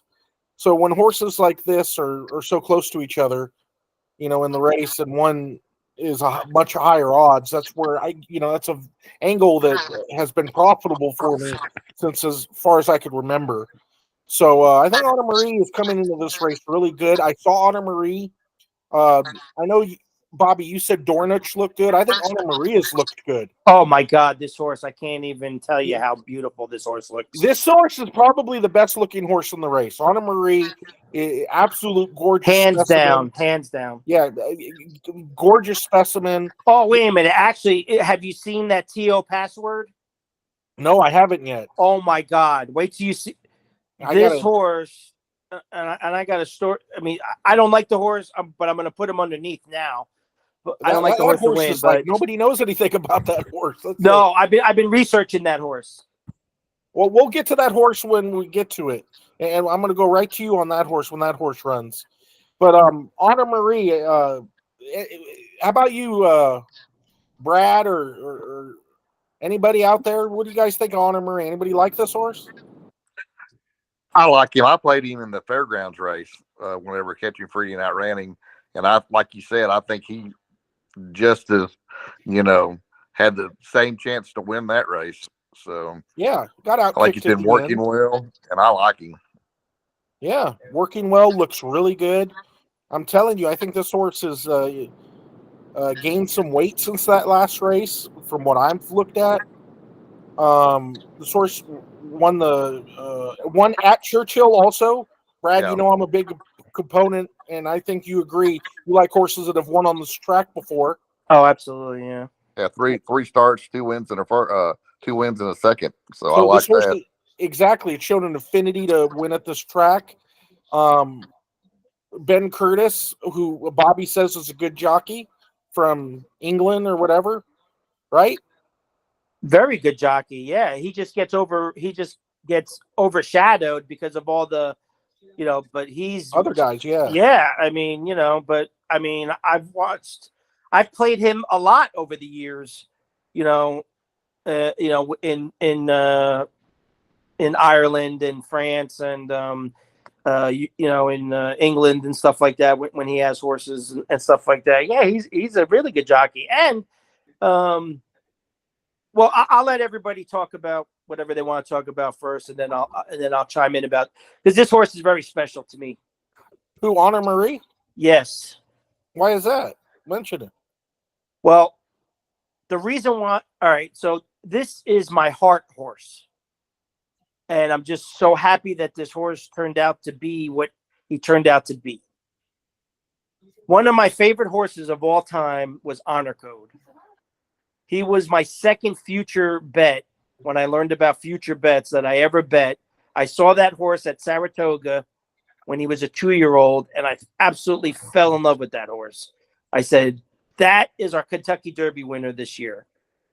And as everybody knows, and then there was one race where at Aqueduct, he had so much trouble in that race.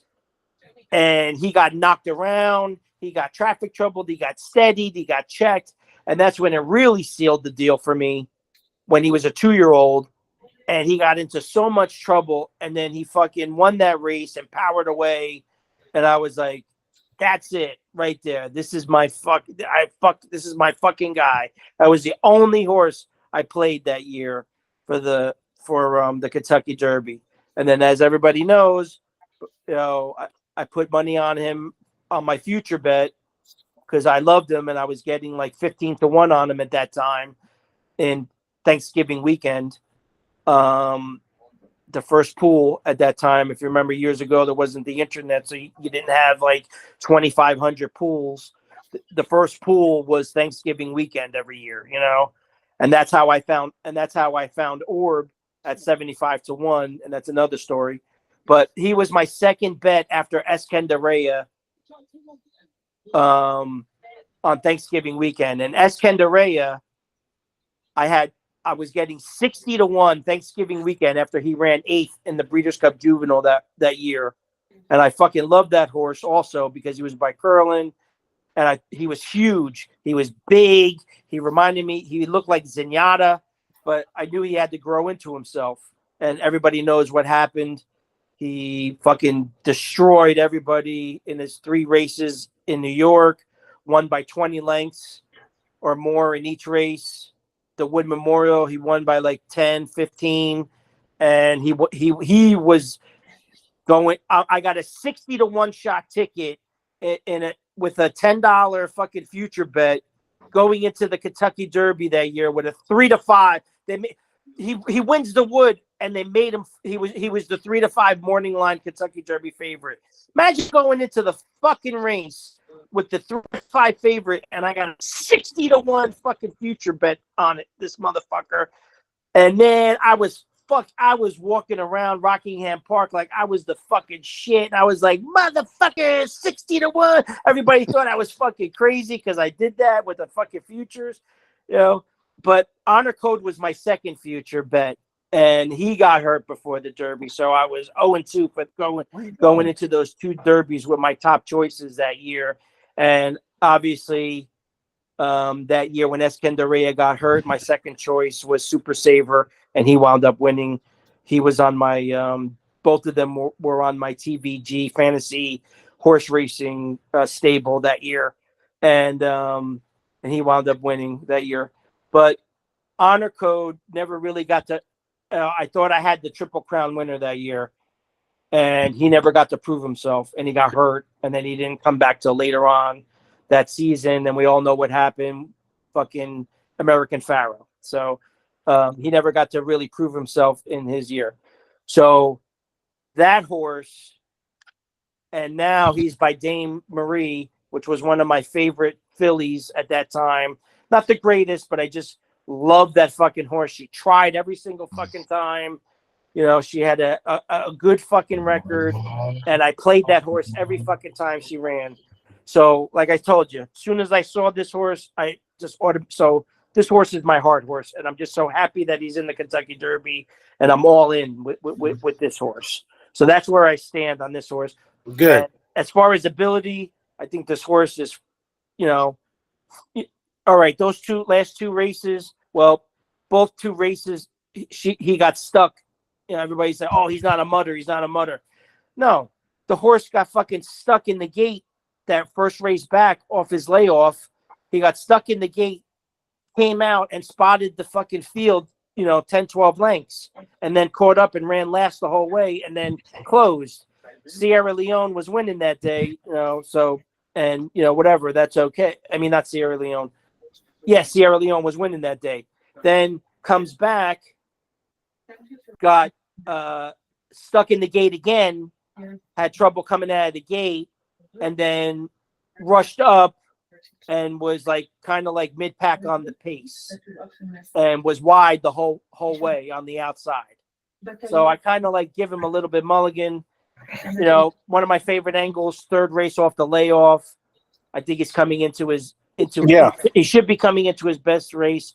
So for me, this horse has huge I'm upside. with you on that one, Bobby. 3rd race Huge off the layoff. upside. And then I think this horse is coming into the race. after peak watching form. him work out, watching him all week last week with the workouts, and then listening to everybody in the backside saying how effortlessly that last workout was and how great he was getting over the surface, and he was just going so easy. And then a couple people had said to me, "Man, he looked like he could have ran another mile." So I think he's coming into the race perfectly. So hopefully there's no excuses for him. And if he loses, listen, he loses. But this is my fucking absolute hard horse. If I had $1 million, I would put $1 million to win on this fucking horse. Not a problem, hands down. Fucking, I don't give a fuck. All right. And that's where I stand on this horse. Number 8, Just a Touch. Beautiful horse. Another beautiful horse. A horse I bet last time, like I mentioned earlier, and was a little upset that he went so fast early, but nonetheless, I don't know. This horse looks like a horse that. One thing I don't like about this horse is he's a little lightly raced. I know Mage won last year, but that was exception to the rule. Usually, I like more battle-tested horses. Does anybody like Just a Touch out there? It was different for me, yeah, you say he has similar to Mage, but I always downgrade horses Not that I'm saying I'm downgrading him, but I mean the first two races were won on a sloppy track, and you never know what you're going to get, especially the first time around. But I mean his speed figures are there, fractions are there. I mean definitely he's going to be involved in the pace. No, this is a very, very, very, very nice horse. He might not do it this weekend, but watch out for this horse in the future. This horse has a nice little future. Yeah, I like the improving speed figures. I kind of like the other side of that angle. I mean that he won on the wet track, but so this was that last race was his first time 2 turns. That was his first time on a dry fast, and held up in fast fractions. I also like the fact that he is light raced, but he's at a Justify, which won after 3 starts in the Derby. A lot to like there. I think there's a lot of chance for a big step forward for that horse. Yeah. As it says here in the closer look, inexperience isn't as detrimental as it used to be in the Derby. Horses coming off of 3 starts, winning twice in the last 6 years. Maybe I'm stuck to my old ways. I just like a more battle-tested horse. So why do you like Fierceness? Well, Fierceness has ran 5 times. He's not battle-tested. Battle-tested is this horse got into fucking major trouble, got bounced around, fucking was in and out of horses, had to fucking pass 5 or 6 horses in front of him with traffic. Blew right by a champion named Muth. How many fucking horses in the fucking Kentucky Derby blew past their fucking and then fucking shit the bed in the Kentucky Derby because they fucking couldn't handle the fucking pressure? Can somebody answer me? I'd rather have fucking. I'd rather go with Just Steel than fuck because he's seasoned and more battle tested. Yeah, he's in and out just like Fierceness. You don't know what Fierceness you're gonna get. That would be Muth. Yeah, Muth won the Arkansas Derby, right? I would take Muth 10 times over Fierceness. Should we watch the video again? I mean, what Fierceness did to Muth the last time? Oh my god! I thought Muth was your horse. No, my horse is Fierceness, man. I'm going. No, you said champion. From day one. I remember you saying fucking making that fucking post when fucking Muth ran his first race. We found our monster this year. Yeah, but Baffert's the trainer, man. No, but you've been talking about that horse all year last year. But Baffert's the trainer, and he's not allowed to run. It doesn't matter. I love Muth. I love them both. I love Honor Marie too. I love you. I love you too. But I'm just saying, this horse. I don't know. I just can't get behind this horse. I just can't. The only thing I like about this horse is Stay Thirsty. That's it. Now, number 9 Encina was scratched, so we can't like that horse. We're going to get to Bobby again. If you're tired of Bobby's voice, then get mute on tired of me talking already? T.O. Password. Tell us what you know about this horse. This horse is slow as shit, but so I watched his replays the last yesterday and the day before. This horse only ran twice. Is that really true? But the horse has ran pedestrian. All right, so the last 2 races, the horse has ran like probably only 2 races. Only 2 races. Only 2 races, but only 2 races. I mean, only 2 races. They were on the lead, but pretty much one high class claiming horses could run faster than this horse. This horse was running like 27, 26. Oh God! Leading complete the field, and then pulled away from the field. But then in the last 2, like in the last race that he won to get into the Derby, he was dying so bad in the stretch that if he had 2 or 3 more steps, he would have been swallowed up by about 8 horses that were coming after him at the same time. It was like a blanket finish for second, and it was still only a minute 54, and he just barely got to the wire. But, and this is the big but that I'm just going to throw. I'm going to throw him in there just in case in my supers and high fives No underneath. No buts. No buts, Bobby. Moving on. Because I watched him on the track. Looks absolutely beautiful. Absolutely on the muscle. It's not a beauty contest. Ripped as fucking shit. The word on the backstretch is this fucking horse is working out, lights out, and loves it here in America. Okay, so a couple of my friends sending me texts. This fucking horse looks fucking amazing. He's rolling over the Churchill track, fucking like nothing. It's like water to him. And then last night I watched an interview. Their TVG is interviewing the fucking trainer, and then he says, "How do you like your horse and chances in the Kentucky Derby this year? How is he acclimating to America and Churchill Downs?" And this is what he says: "Oh my God, this is a completely different horse since I brought him to the United States. He absolutely loves it here in Kentucky. Back in Japan, he's nervous, he's shy, he is very apprehensive. He's hard to to like handle. He's very to himself, very anxious all the time, a little bit slow in his races, but he won his both races. But I bring him here. He is happy as he goes, I might even keep him here in America. He is absolutely thriving here. He loves Kentucky for some reason. I don't know if he thinks because he's home or something like that, because of his breeding, but he's a totally different horse from home. He's very relaxed. He's happy. He's playful. And then I look at him and I'm like, whoa, this horse looks fucking outstanding.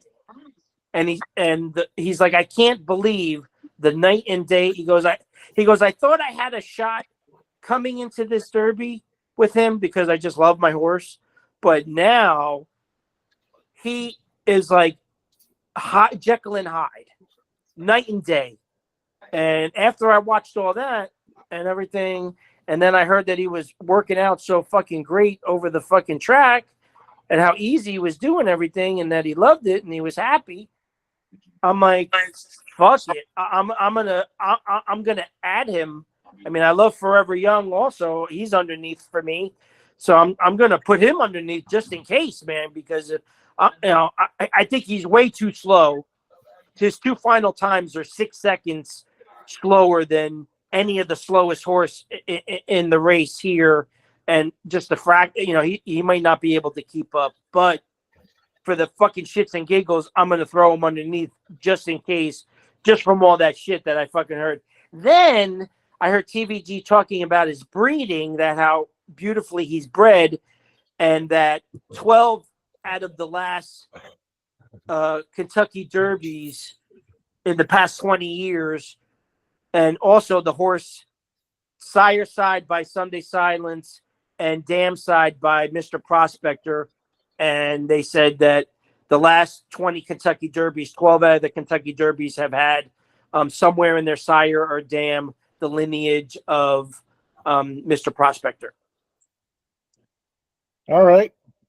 Well, thank you for that info. Now we're all more informed. But about I don't think he has a wrestlers. chance. But like I said, for shits and giggles, just in case he runs up in the high five or the fucking superfecta, I don't know how this horse is going to do.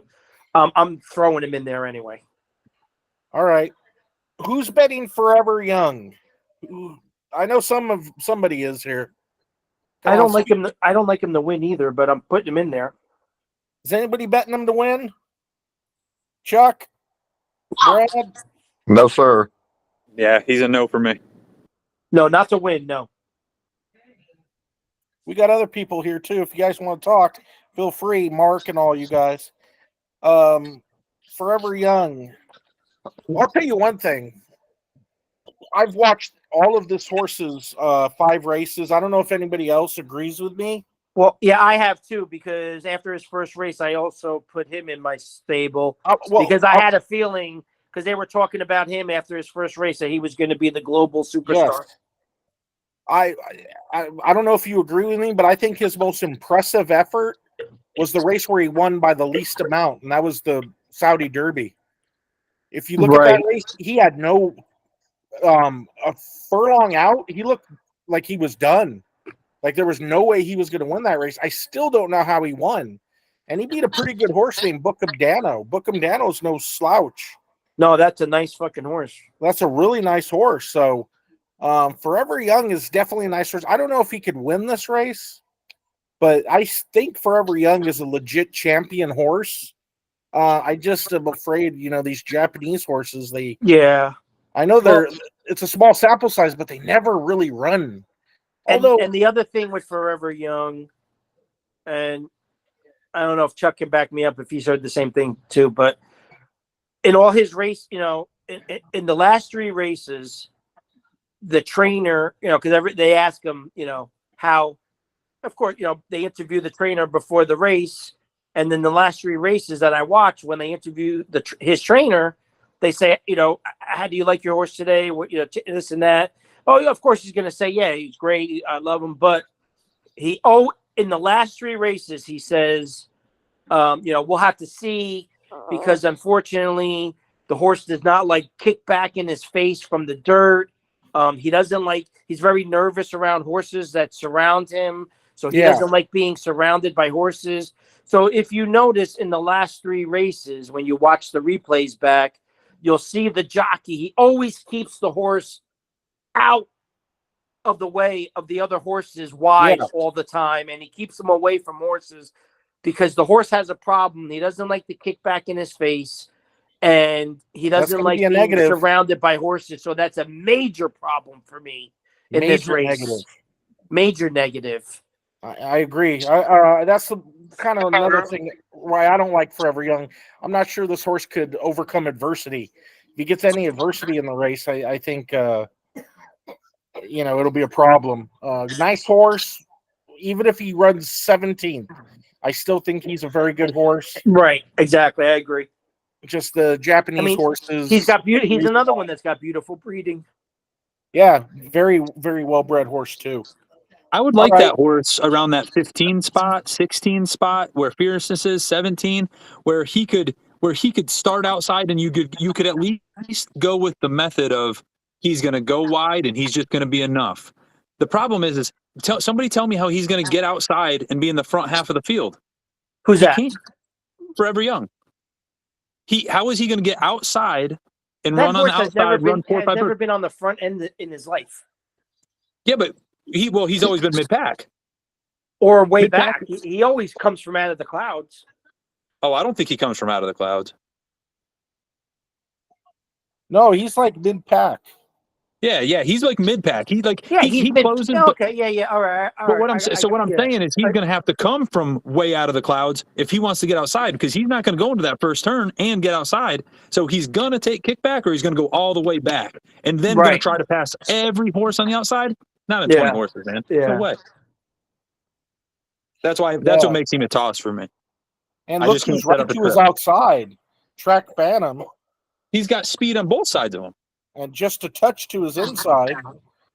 And T.O. Password just to the inside. Yeah, T.O. Password, whoever this damn horse is, I know nothing about still. But you're right. That's true. And that's, very, what a lot of people don't look at, and I'm glad you mentioned this, Chuck, and I don't know you too well, Chuck, but my impression of you is sorry, I got distracted. Somebody was bothering me. I have a lot of respect for you because I'm a big component that people or races are won out of the gate, a lot of them. And Forever Young might lose this race out of the gate. Right, exactly. Yeah. So Forever Young is, the fact that he might get shuffled back too, and might have to take up or something. He might be hanging out with Sierra Leone in the back. He if you'll notice, so you can look at him in the mornings, that trainer put a mask on that horse. so it's a mask with blinkers, but he took the blinkers off and cut out like the ear holes and everything. So it's a full mask, and he's doing that, and he said it too. I mean, it's not like he's hid from it. He said he's doing that to try to prevent from kickback. And they've also mentioned the horse that, doesn't like it. yeah, he doesn't like it. And you can look in previous races when he starts getting kickback, he starts throwing his head. I mean, it's enough where it's like obvious. So he's gonna get it. And for a horse that always has to come around the outside, I just can't come up with a trip for that, any type of good trip at all. I agree, and I feel bad for him because I actually really like him. Like I don't know if he's as fat. I mean, they were saying that he was just as good as the horses that came over, last year and the year before. But if you look at his times and everything like that, he's his times weren't that great compared to Dermot Sotogake. No, like Dermot Sotogake is way faster than Forever Young. As far as final times go, by like a couple seconds. Well, I'd like to add something. Dermot Sotogake ran pretty good in the Derby last year. Yeah, he ran way better than I thought. He ran a good sixth with trouble. It wasn't a bad performance at all. And that was one of the reasons why I bet him in the Breeders' Cup Classic at 25-1. Yeah. Oh, still upset about that. But nonetheless, yeah. And then he ran that great race at the Breeders' Cup. He didn't disgrace himself. I thought he ran. Hubert was all over that horse.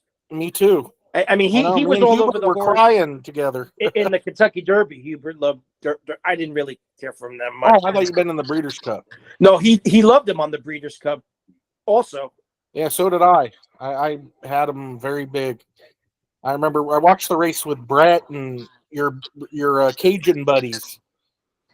What are their names? Corey and Trey. Oh, Corey and Trey. Oh my! Yeah, I watched it up there with them.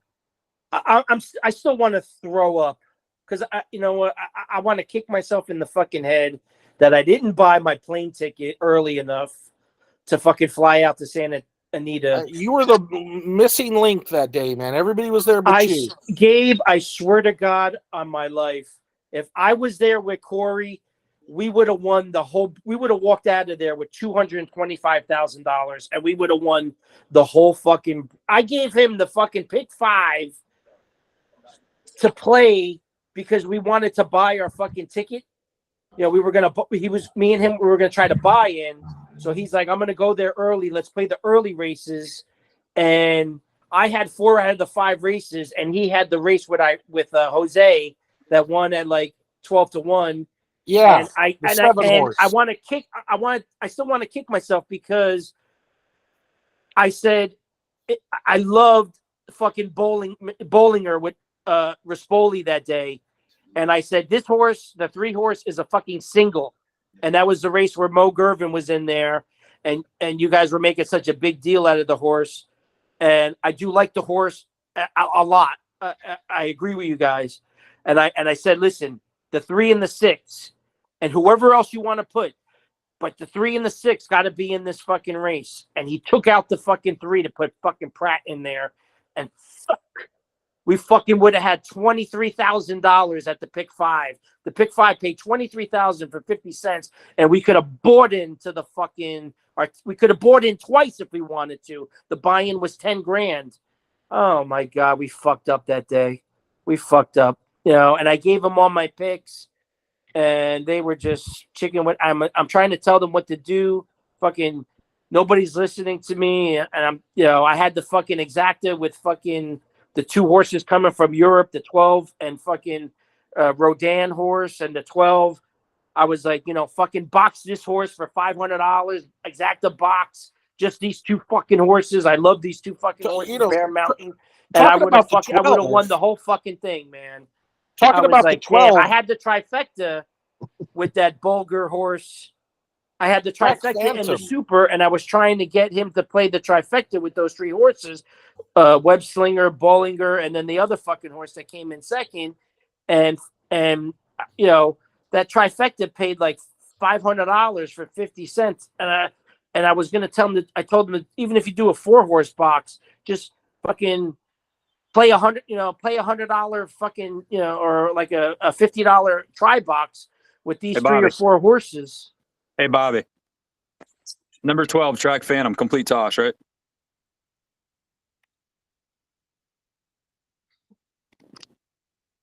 Where is Bobby? Anyways, yeah. So now that we get a second, but number 12, Track Phantom, complete toss. He ain't gonna be He's able to. still talking. Yeah, he's still talking, but he accidentally hit mute, so we get him for a minute. So I'll get my point out here. Yeah. He's got a break from the 12 again. Bobby likes Track Phantom. He's got a break from the 12 again. If that was an excuse last time, well, it's an excuse this time. He's not going to get a 48-second half again. He's going to run more like 46s, and he couldn't hang on the distance last time, and now he's got to go an extra eighth. Complete toss. Yeah, I agree. What do you think, Brad? Did you like Track Phantom? No, and actually, I know one of the owners of that horse, but blinkers on. He's going to be on the front end. He's going to get kicked up. He's just going to be a pace factor, I believe. Yeah, I agree. I don't like when they make a big equipment change in a big race. I don't know to me, I never see it work. I don't know if that's me but anytime they do an equipment change in a big race, I mean, it speaks volumes to me. I would love the Taurus in the Pat Day Mile. I would love them. Yeah. Oh yeah, all day. A mile and a 16th, yeah, or a mile.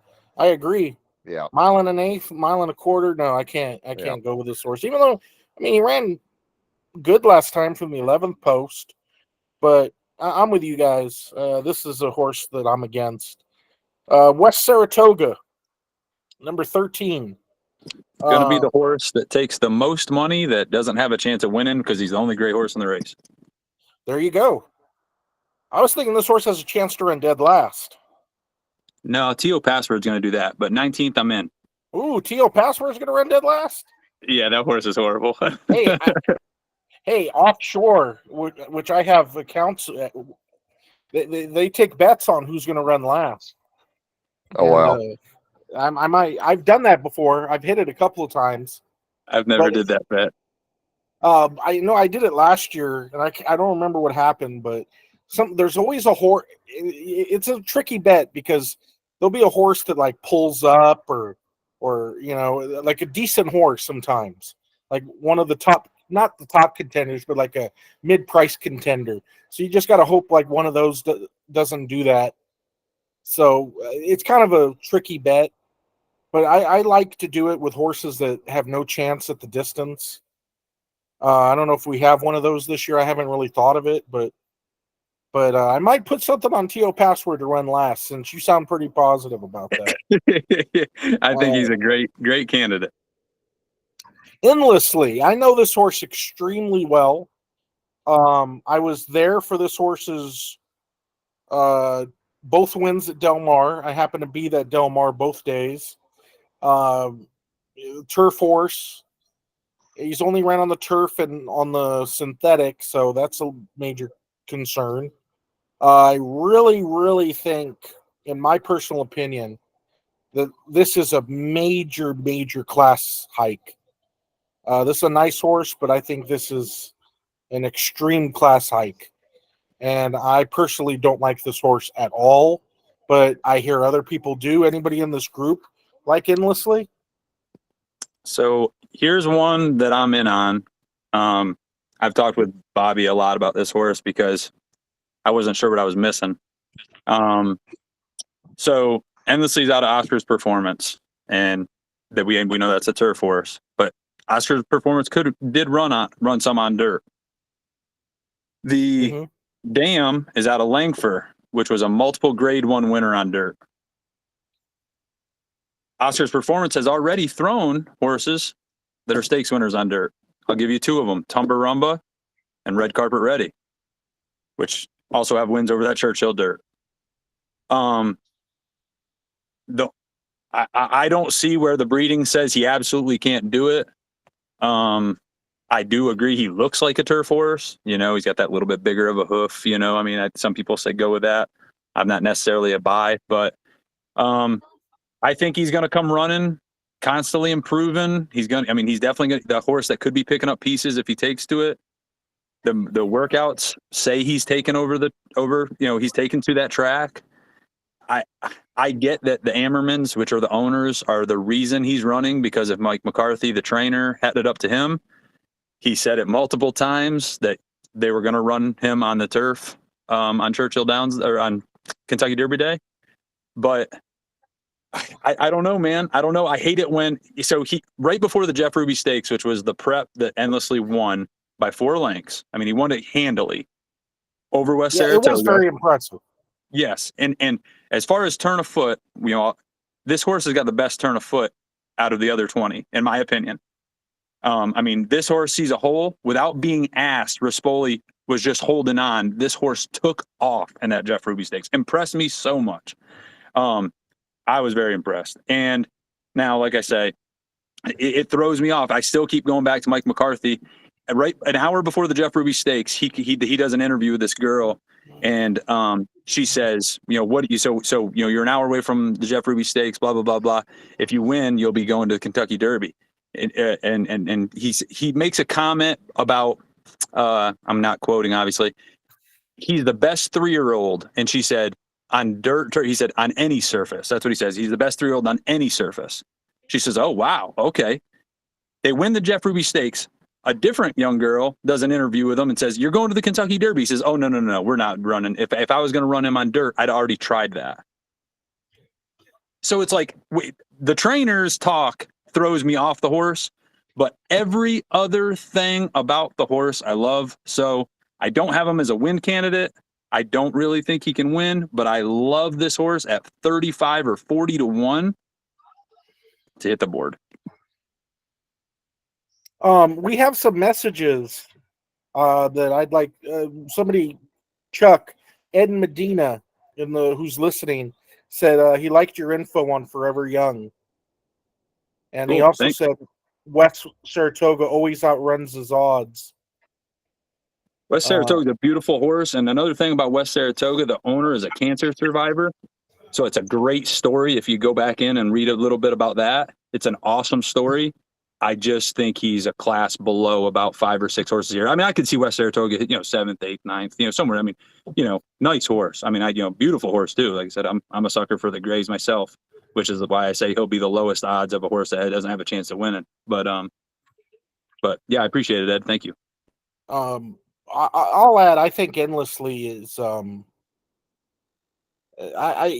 just looking at the horses that he's run against. And I know these horses: Nagano, Grand Mo the First, Topalo, guy named Joe, West Saratoga. And this is just such a increase of talent. So I don't know. I don't like Endlessly, and I know this horse extremely well. I do agree his last race was very impressive. I mean, he circled the field and blew by them like they were standing still. And another thing to mention is, I believe 2 Phils ran in the Jeff Ruby last year, correct? Correct. That's right. Yeah. So the Jeff Ruby race has proven to be maybe it's a good prep. If Endlessly runs any better than 5th, I'd be surprised, and it will definitely make me respect the Jeff Ruby Stakes, and it'll help me, respect horses that are, bred for the dirt, or that haven't run on the dirt. So let's move to domestic product. Hey, Gabe, this is Christy. Also, I want to Christy. make a point about Endlessly. Don't be turf horses. Who are you? Run awesome don't discount turf horses running at Churchill Downs. Turf horses run extremely well at Churchill. Okay, let's keep that in mind. I mean, hey, I Christy, wanna you were add- going to say I would- something. Yeah, I would Christy. like to add something on Endlessly to get an opinion on it, because I think I'm onto something on this horse. Okay, so it was already mentioned he's at an Oscar performance, but on the mother's side, it's Dream for Reaver. I can't pronounce these names, but that horse. Wherever. Okay, that horse did not race, but Dream Forever is at a Longfur, who was a multiple winner, graded Breeders' Cup Sprint winner, Equibase figures 125 to 110. Longfur is at a Danzing, who only ran 3 times. Must have been a problem. Danzing is at a Northern Dancer. So my point is, Endlessly has Northern Dancer in that bloodline. And then Turfway Park runners are running very well at Churchill Downs. And Yes. the turf runners are running very well at the dirt. This horse has, it appears to be improving every time it goes out. And I think the trainer is trying to throw everybody off the horse to get better odds. I'm not saying Endlessly can win. I have Sierra Leone to win, but I do have Endlessly underneath. I will be putting Endlessly in my super. So I just would like to know opinions on the pedigree on the mother side. I mean, do you go that far back? So I'll give you Well, another you little tidbit there, Christy, and that's that I back up all your information, and that's all accurate. I've definitely dug into Endlessly's background. There's also, I'll give you another little tidbit that I thought was really interesting. I just caught last night. There's a lady that does nothing but blood work on equine out of Louisville, and there's a certain geno that they've identified in the flight line blood, some HOB3 geno. And out of all the horses in the Kentucky Derby, Endlessly is the only one to carry that geno. Wow. Really? This is information you only get from Chuck. I'm work telling all you, don't night. leave I work this all horse night, off so your I get to don't read leave a this lot. horse off your tickets. Don't leave this horse off your tickets. Animal Kingdom, nobody. He looked beautiful that week at Churchill, coming off the Ruby Stakes, and he ran 3 races on the turf and 2 races on the synthetic at Turfway, and he won the Kentucky Derby. I love Two Phils last year. Two Phil's another horse. Two Phil's ran a monster buyer though. Like I think see them as a little different. Gabe, I love that as backing up my Endlessly support, but the Two Phil's ran that monster buyer. And I mean the 91 buyer that we get, I mean I think Two Phil's ran like a 102 out of that race. So I mean, yeah. I like Two Phil's a lot. Last year running because of that. So I do think that's what I say. I think Endlessly's a little bit below that, but as far as a horse that may become, I mean, he's gonna come running. You know what I mean? If he takes to the service. Well, thank you, Christy. For reason why I put Two Phil's in my virtual stable. 2 years. Hey, Gabe, how do you think Rispoli's going to do in the Derby? What?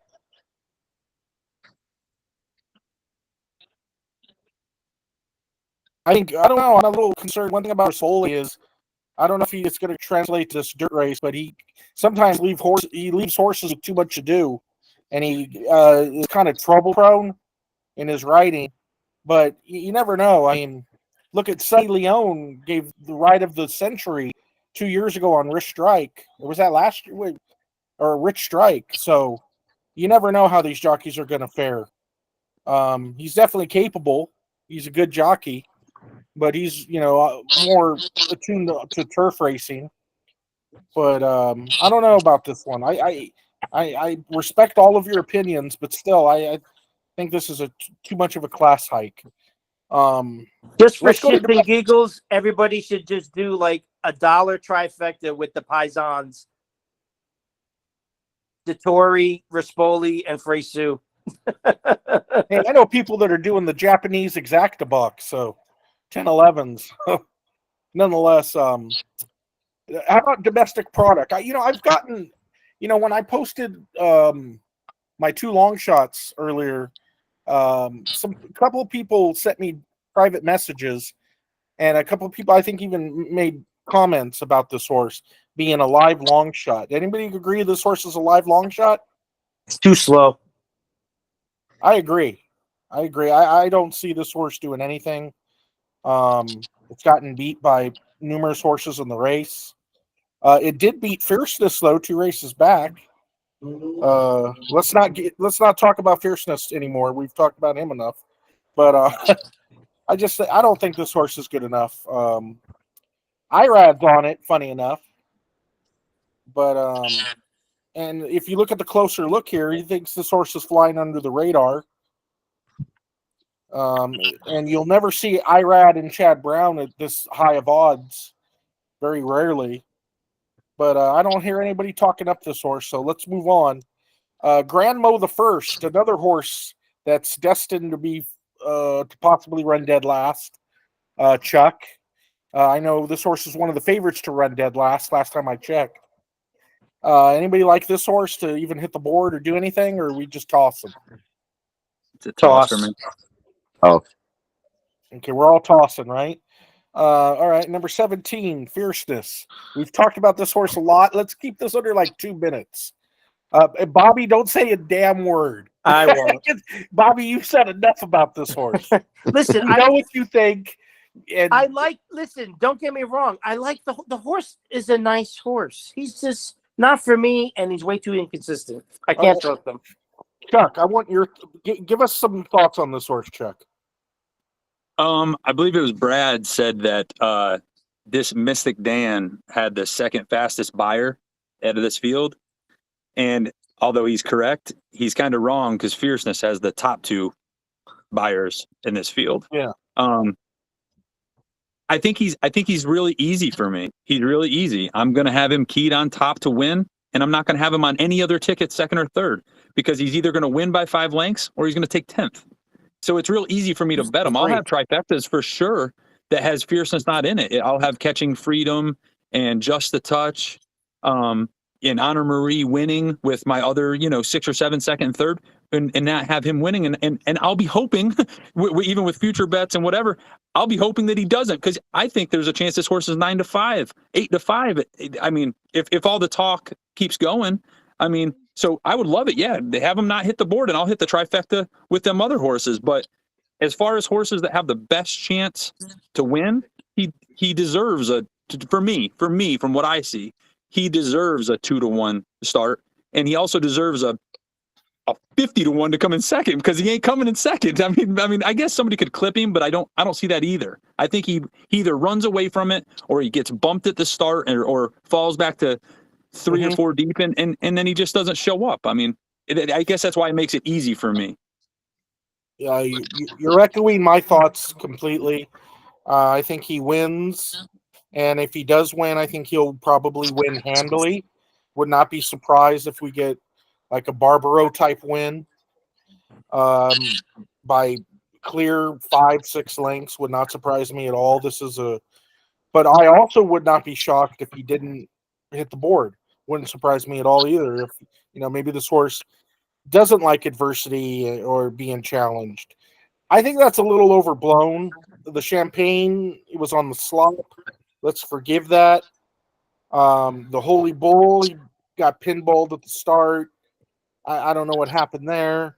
He came back, and I know people are saying this horse can't put 2 together, but still, it's still only 2 bad races. And I can't, it's only the horses ran 5 races, won 3 of them by daylight, and had 2 bad performances. So he's got more good performances than bad. So, how about you, Brad? I want to hear your thoughts on Fierceness. I'm just torn because I cannot play him at 9-5 or 2-1, and I think he's going to be 9-5 or 2-1. I hope so. I think right. he's capable of winning, but I'm going to play some longer shots in hopes that he doesn't win. I mean, basically, you're looking for value, and I respect that. Yeah. And and I'm going to have bets similar to Chuck, where I'm not putting this horse in.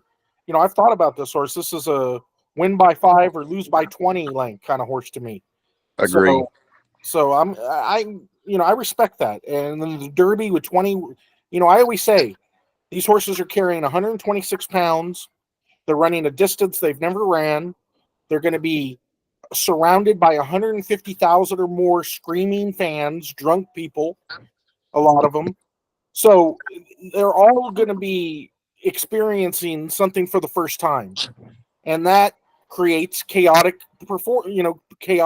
outcomes. I know we've had a lot of favorites win, 6 out of the last 10 years, but nonetheless, it takes luck to win this race. So if Sierra Leone wins, he's going to have to get lucky to get the trip. Catching Freedom wins, he's going to have to get lucky to catch the trip. Fierceness, hopefully breaks good and is, gets a nice stalking second or third trip on the outside without any horses around him. But, if he does have some adversity, he might have a problem. So I'm just saying, I don't ever blame anybody looking for value in the Derby. Because this is a race, 20 horses, anything can happen. And Anything can happen, and it will. I think Epic Ride getting in on his outside could factor in that also. Yeah, The Epic speed to Ride his got in. outside. Well, we'll get to Epic Ride. Yeah. But yeah, Epic Ride is in this race, and somebody else gets out. Magatu will get in this race with, but Joseph Tolamo is an auto toss unless he's on the horse he won with. What was that in 2012? I forget the name, but that was a good horse. But anyway, let's talk about 18 Stronghold. A lot of people like this horse.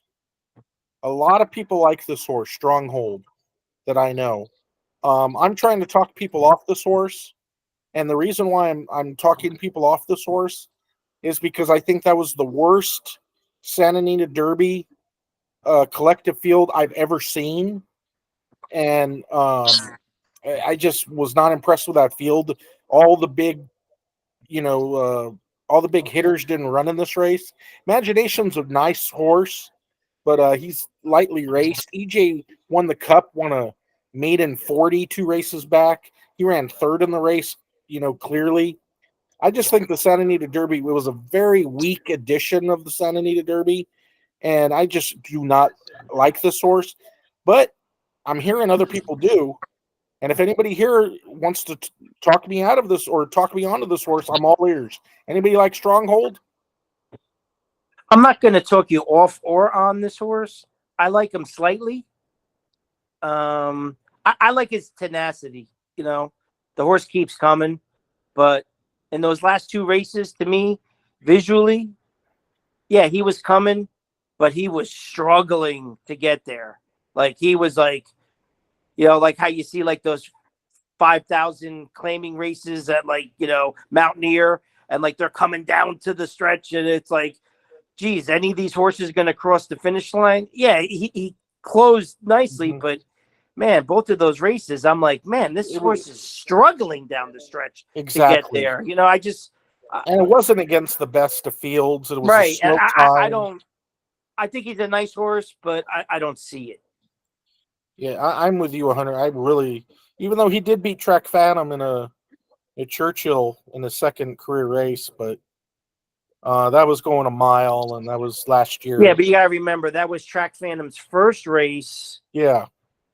And, and you got to remember, Track Phantom debuted at a mile. You know how hard it is for those horses, for any horse to debut at a mile. Yeah. No, you're. And that was 100% Stronghold's second race, so he was coming second in after running a nice race off his maiden breaking race. All right. Resilience. This is a horse that I haven't put much thought into. Anybody got any information on this horse? What do you think? Brad or Chad or Bobby? I know nothing on him. I don't know anything too much about this horse. See, that's what scares me, is the horse nobody's thinking about, nobody's talking about. And my only thing is that I do like him. Like if you're going to use him underneath, I wouldn't not talk you off him. I do like the fact that twice he ran against the heavy closing bias, and he was, and he showed speed, or both races early, and still ran first and second. You know what I'm saying? So, like when I see that's like a major plus for me. Horses that are speed horses or pace horses, and they're running against the closing bias. That's why I love Track Phantom so much, because the horse has been against the closing bias in every race, and that horse has run his fucking eyeballs out. So for people to dismiss that horse like nothing, buyer beware, people. I mean, come on. If this race is if it's speed bearing that day, if it's like all just horses that are getting to the lead, like Track Phantom is gone. They're not going to catch that fucking horse. And everybody says he's breeding, but with horses like that, if he gets an easy speed bias track that day, the track bias is going to exceed his breeding, and it's going to be like a treadmill. That horse is gone. They're not going to catch that horse. Just food for thought. Another food for thought. Just everybody, look at that October 1st maiden race. Stronghold, Resilience, Track Phantom, 1, 2, 3. Who would have known that race would have been such a key race? Key race, yeah, you're right. I mean, look at that. 3 Derby contenders all in the same race. That's not something you see every day. I think there's been a lot of talk, and several groups about the Risen Star being a pretty key prep. And I kind of like that this horse was there.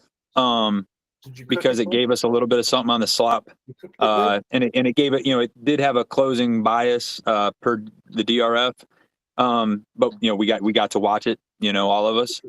I mean, I think this horse is tricky, man. I like the back-to-back 90s. I like maybe taking a step forward there. I hate the 19 post for him. I think that's what's really tough. Like, this horse is an automatic play in my trifectas. From not to win, but I mean, like, to hit the board, exact the trifecta bets from like that 10-11 hole. I don't know. Just the 19 hole can be really tough on this horse, in my opinion. I'd like to add something on Resilience. I bet this horse last time. I remember I was at Santa Anita, and it was a real busy day for me because it was a Santa Anita Derby day, and I remember. Yeah, Corey loved him that day too. Yeah, and there was a big favorite in the race. I can't remember. It was with Rosario, and I didn't like that big favorite. He went off at like 1-5 or 3-5. And what I'm taking off this race is that Resilience ran against that big favorite who did nothing, and then the rest of the field was pretty bad. These 2 horses pretty much dominated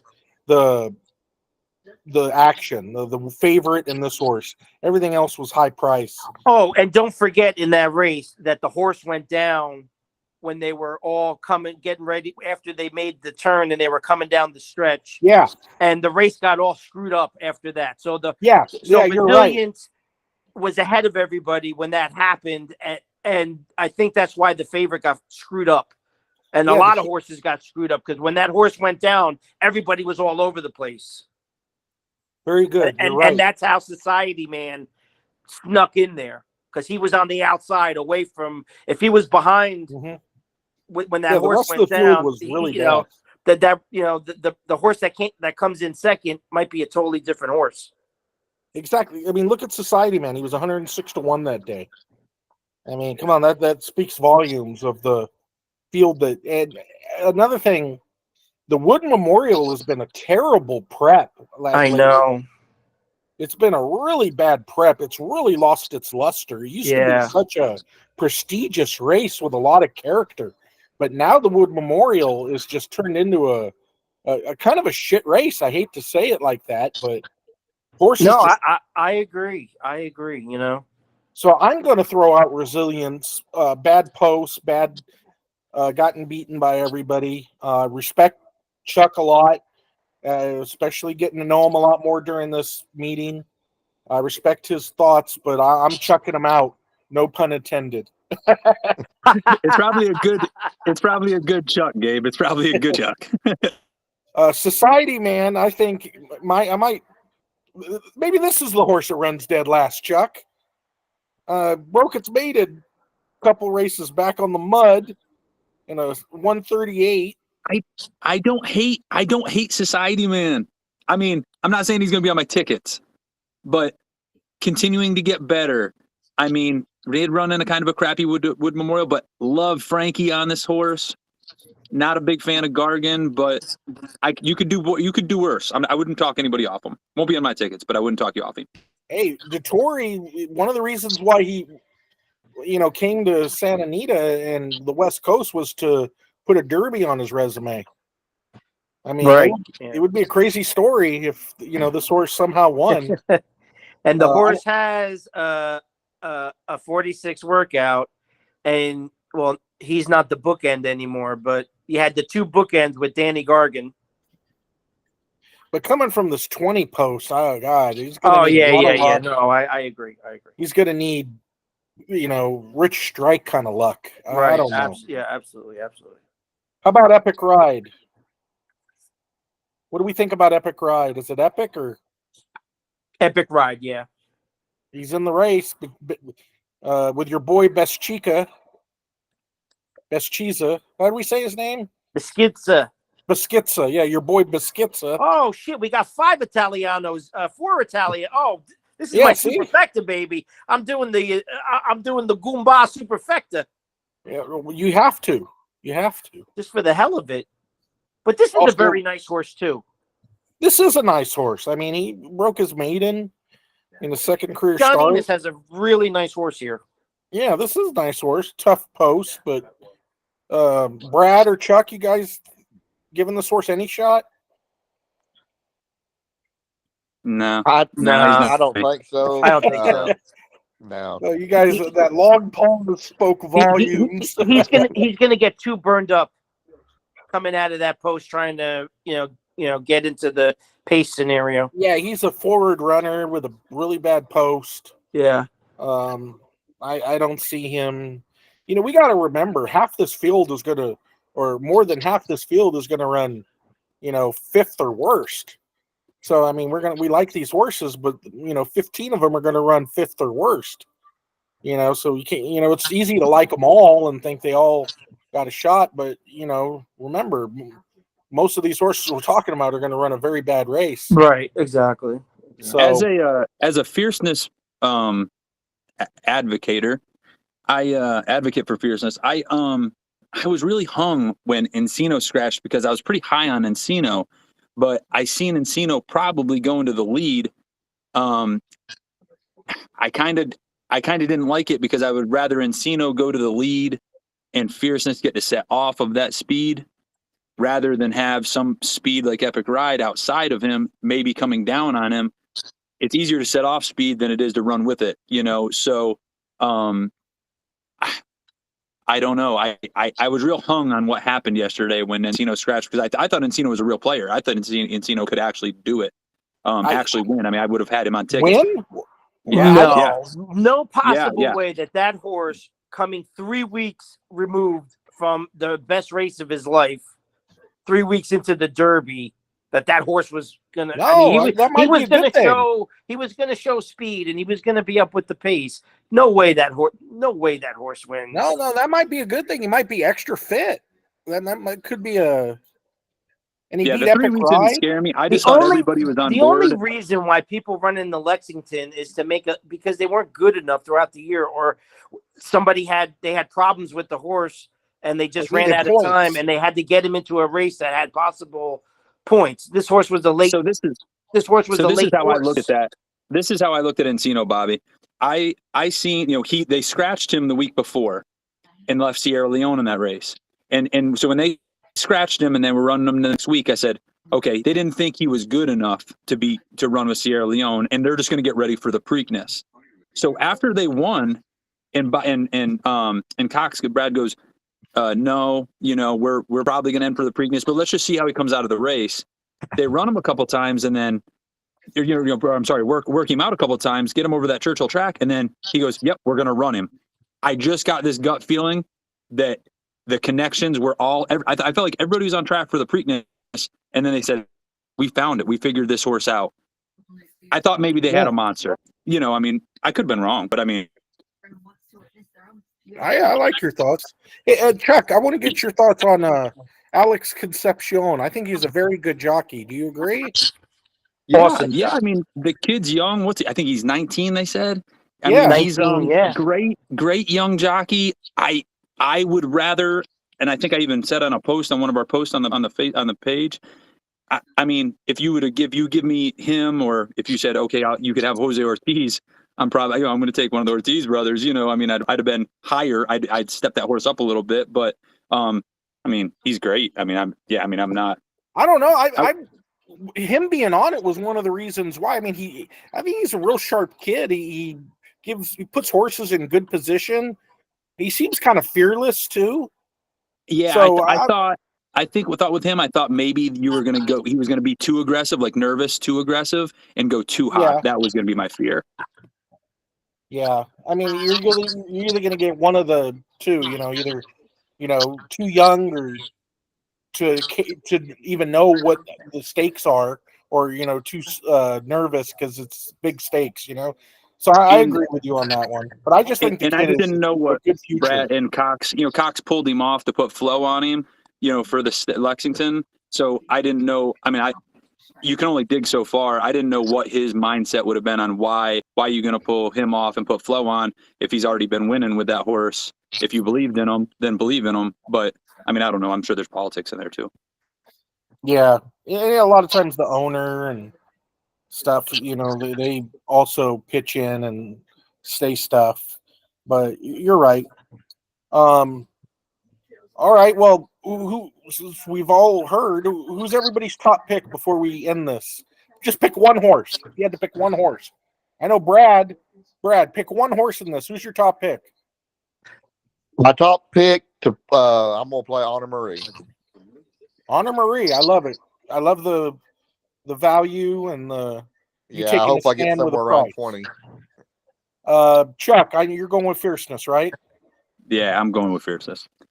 I will second that. I think Fierceness wins this race, but I do like Honor Marie and Mystic Dan as long shots to definitely be there, especially Honor Marie. I think that's a very good one. All right, Bobby, I'm giving you one horse. Who? Just one horse. No, you give us one horse. Just one. If you Honor Marie. Honor Marie is my horse from day one. And Christy, you still there? I have no reservations on that horse whatsoever. Honor Marie all the way. Christy, are you still there? Are you listening? Yeah, I got mine. You want to hear this? Yeah. Okay, this is the girl side of it. I love Sierra Leone is going to be endlessly catching freedom with just a touch of Mystic Dan on an epic ride by Just Steel. Those are my top horses. That's fantastic. Hey, let me tell you, man. Christy, man, she could pick them. She surprises me. She's sometimes. awesome. She is. She's fucking good. Hey, man, she goes in these contests really hard. No, beware. I've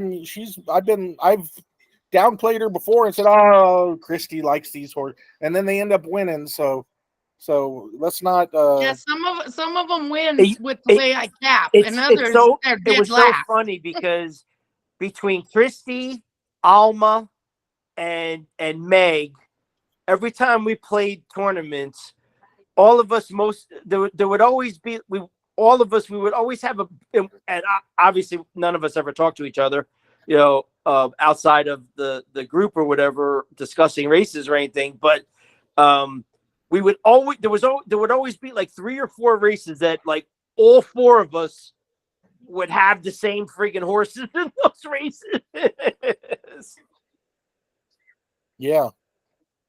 Well, that always made me feel good because I wasn't real sure I knew what I was doing, but that group showed me that I was doing okay. You're doing wonderful. Well, just so you guys know, if you guys ever want to watch this again, it's going to be on YouTube. I'm going to post the link right after we're done here, just in case you want to hear yourself talk or you want to hear Chuck's sexy voice some more. It'll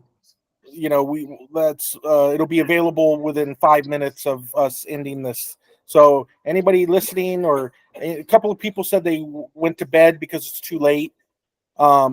Just remember, you can watch this tomorrow from beginning to end. If you missed anything, just remember you can watch this again. I want to thank all of you guys, especially those who participated. And let's make some money tomorrow. I mean, Friday and Saturday, guys. Really good job. I appreciate you all. Yeah, I appreciate all y'all. Yep. You guys are Appreciate wonderful. the information. Anytime we do one of these, I want Chuck, Brad, Bobby, Christy to be on every one of them. You guys are wonderful. Thank you, Gabe. All I right. Good enjoyed it, luck, guys. everybody. Thanks, Good guys. luck to y'all. Chuck, I'll talk to you later. Yeah, later, buddy. All right, buddy.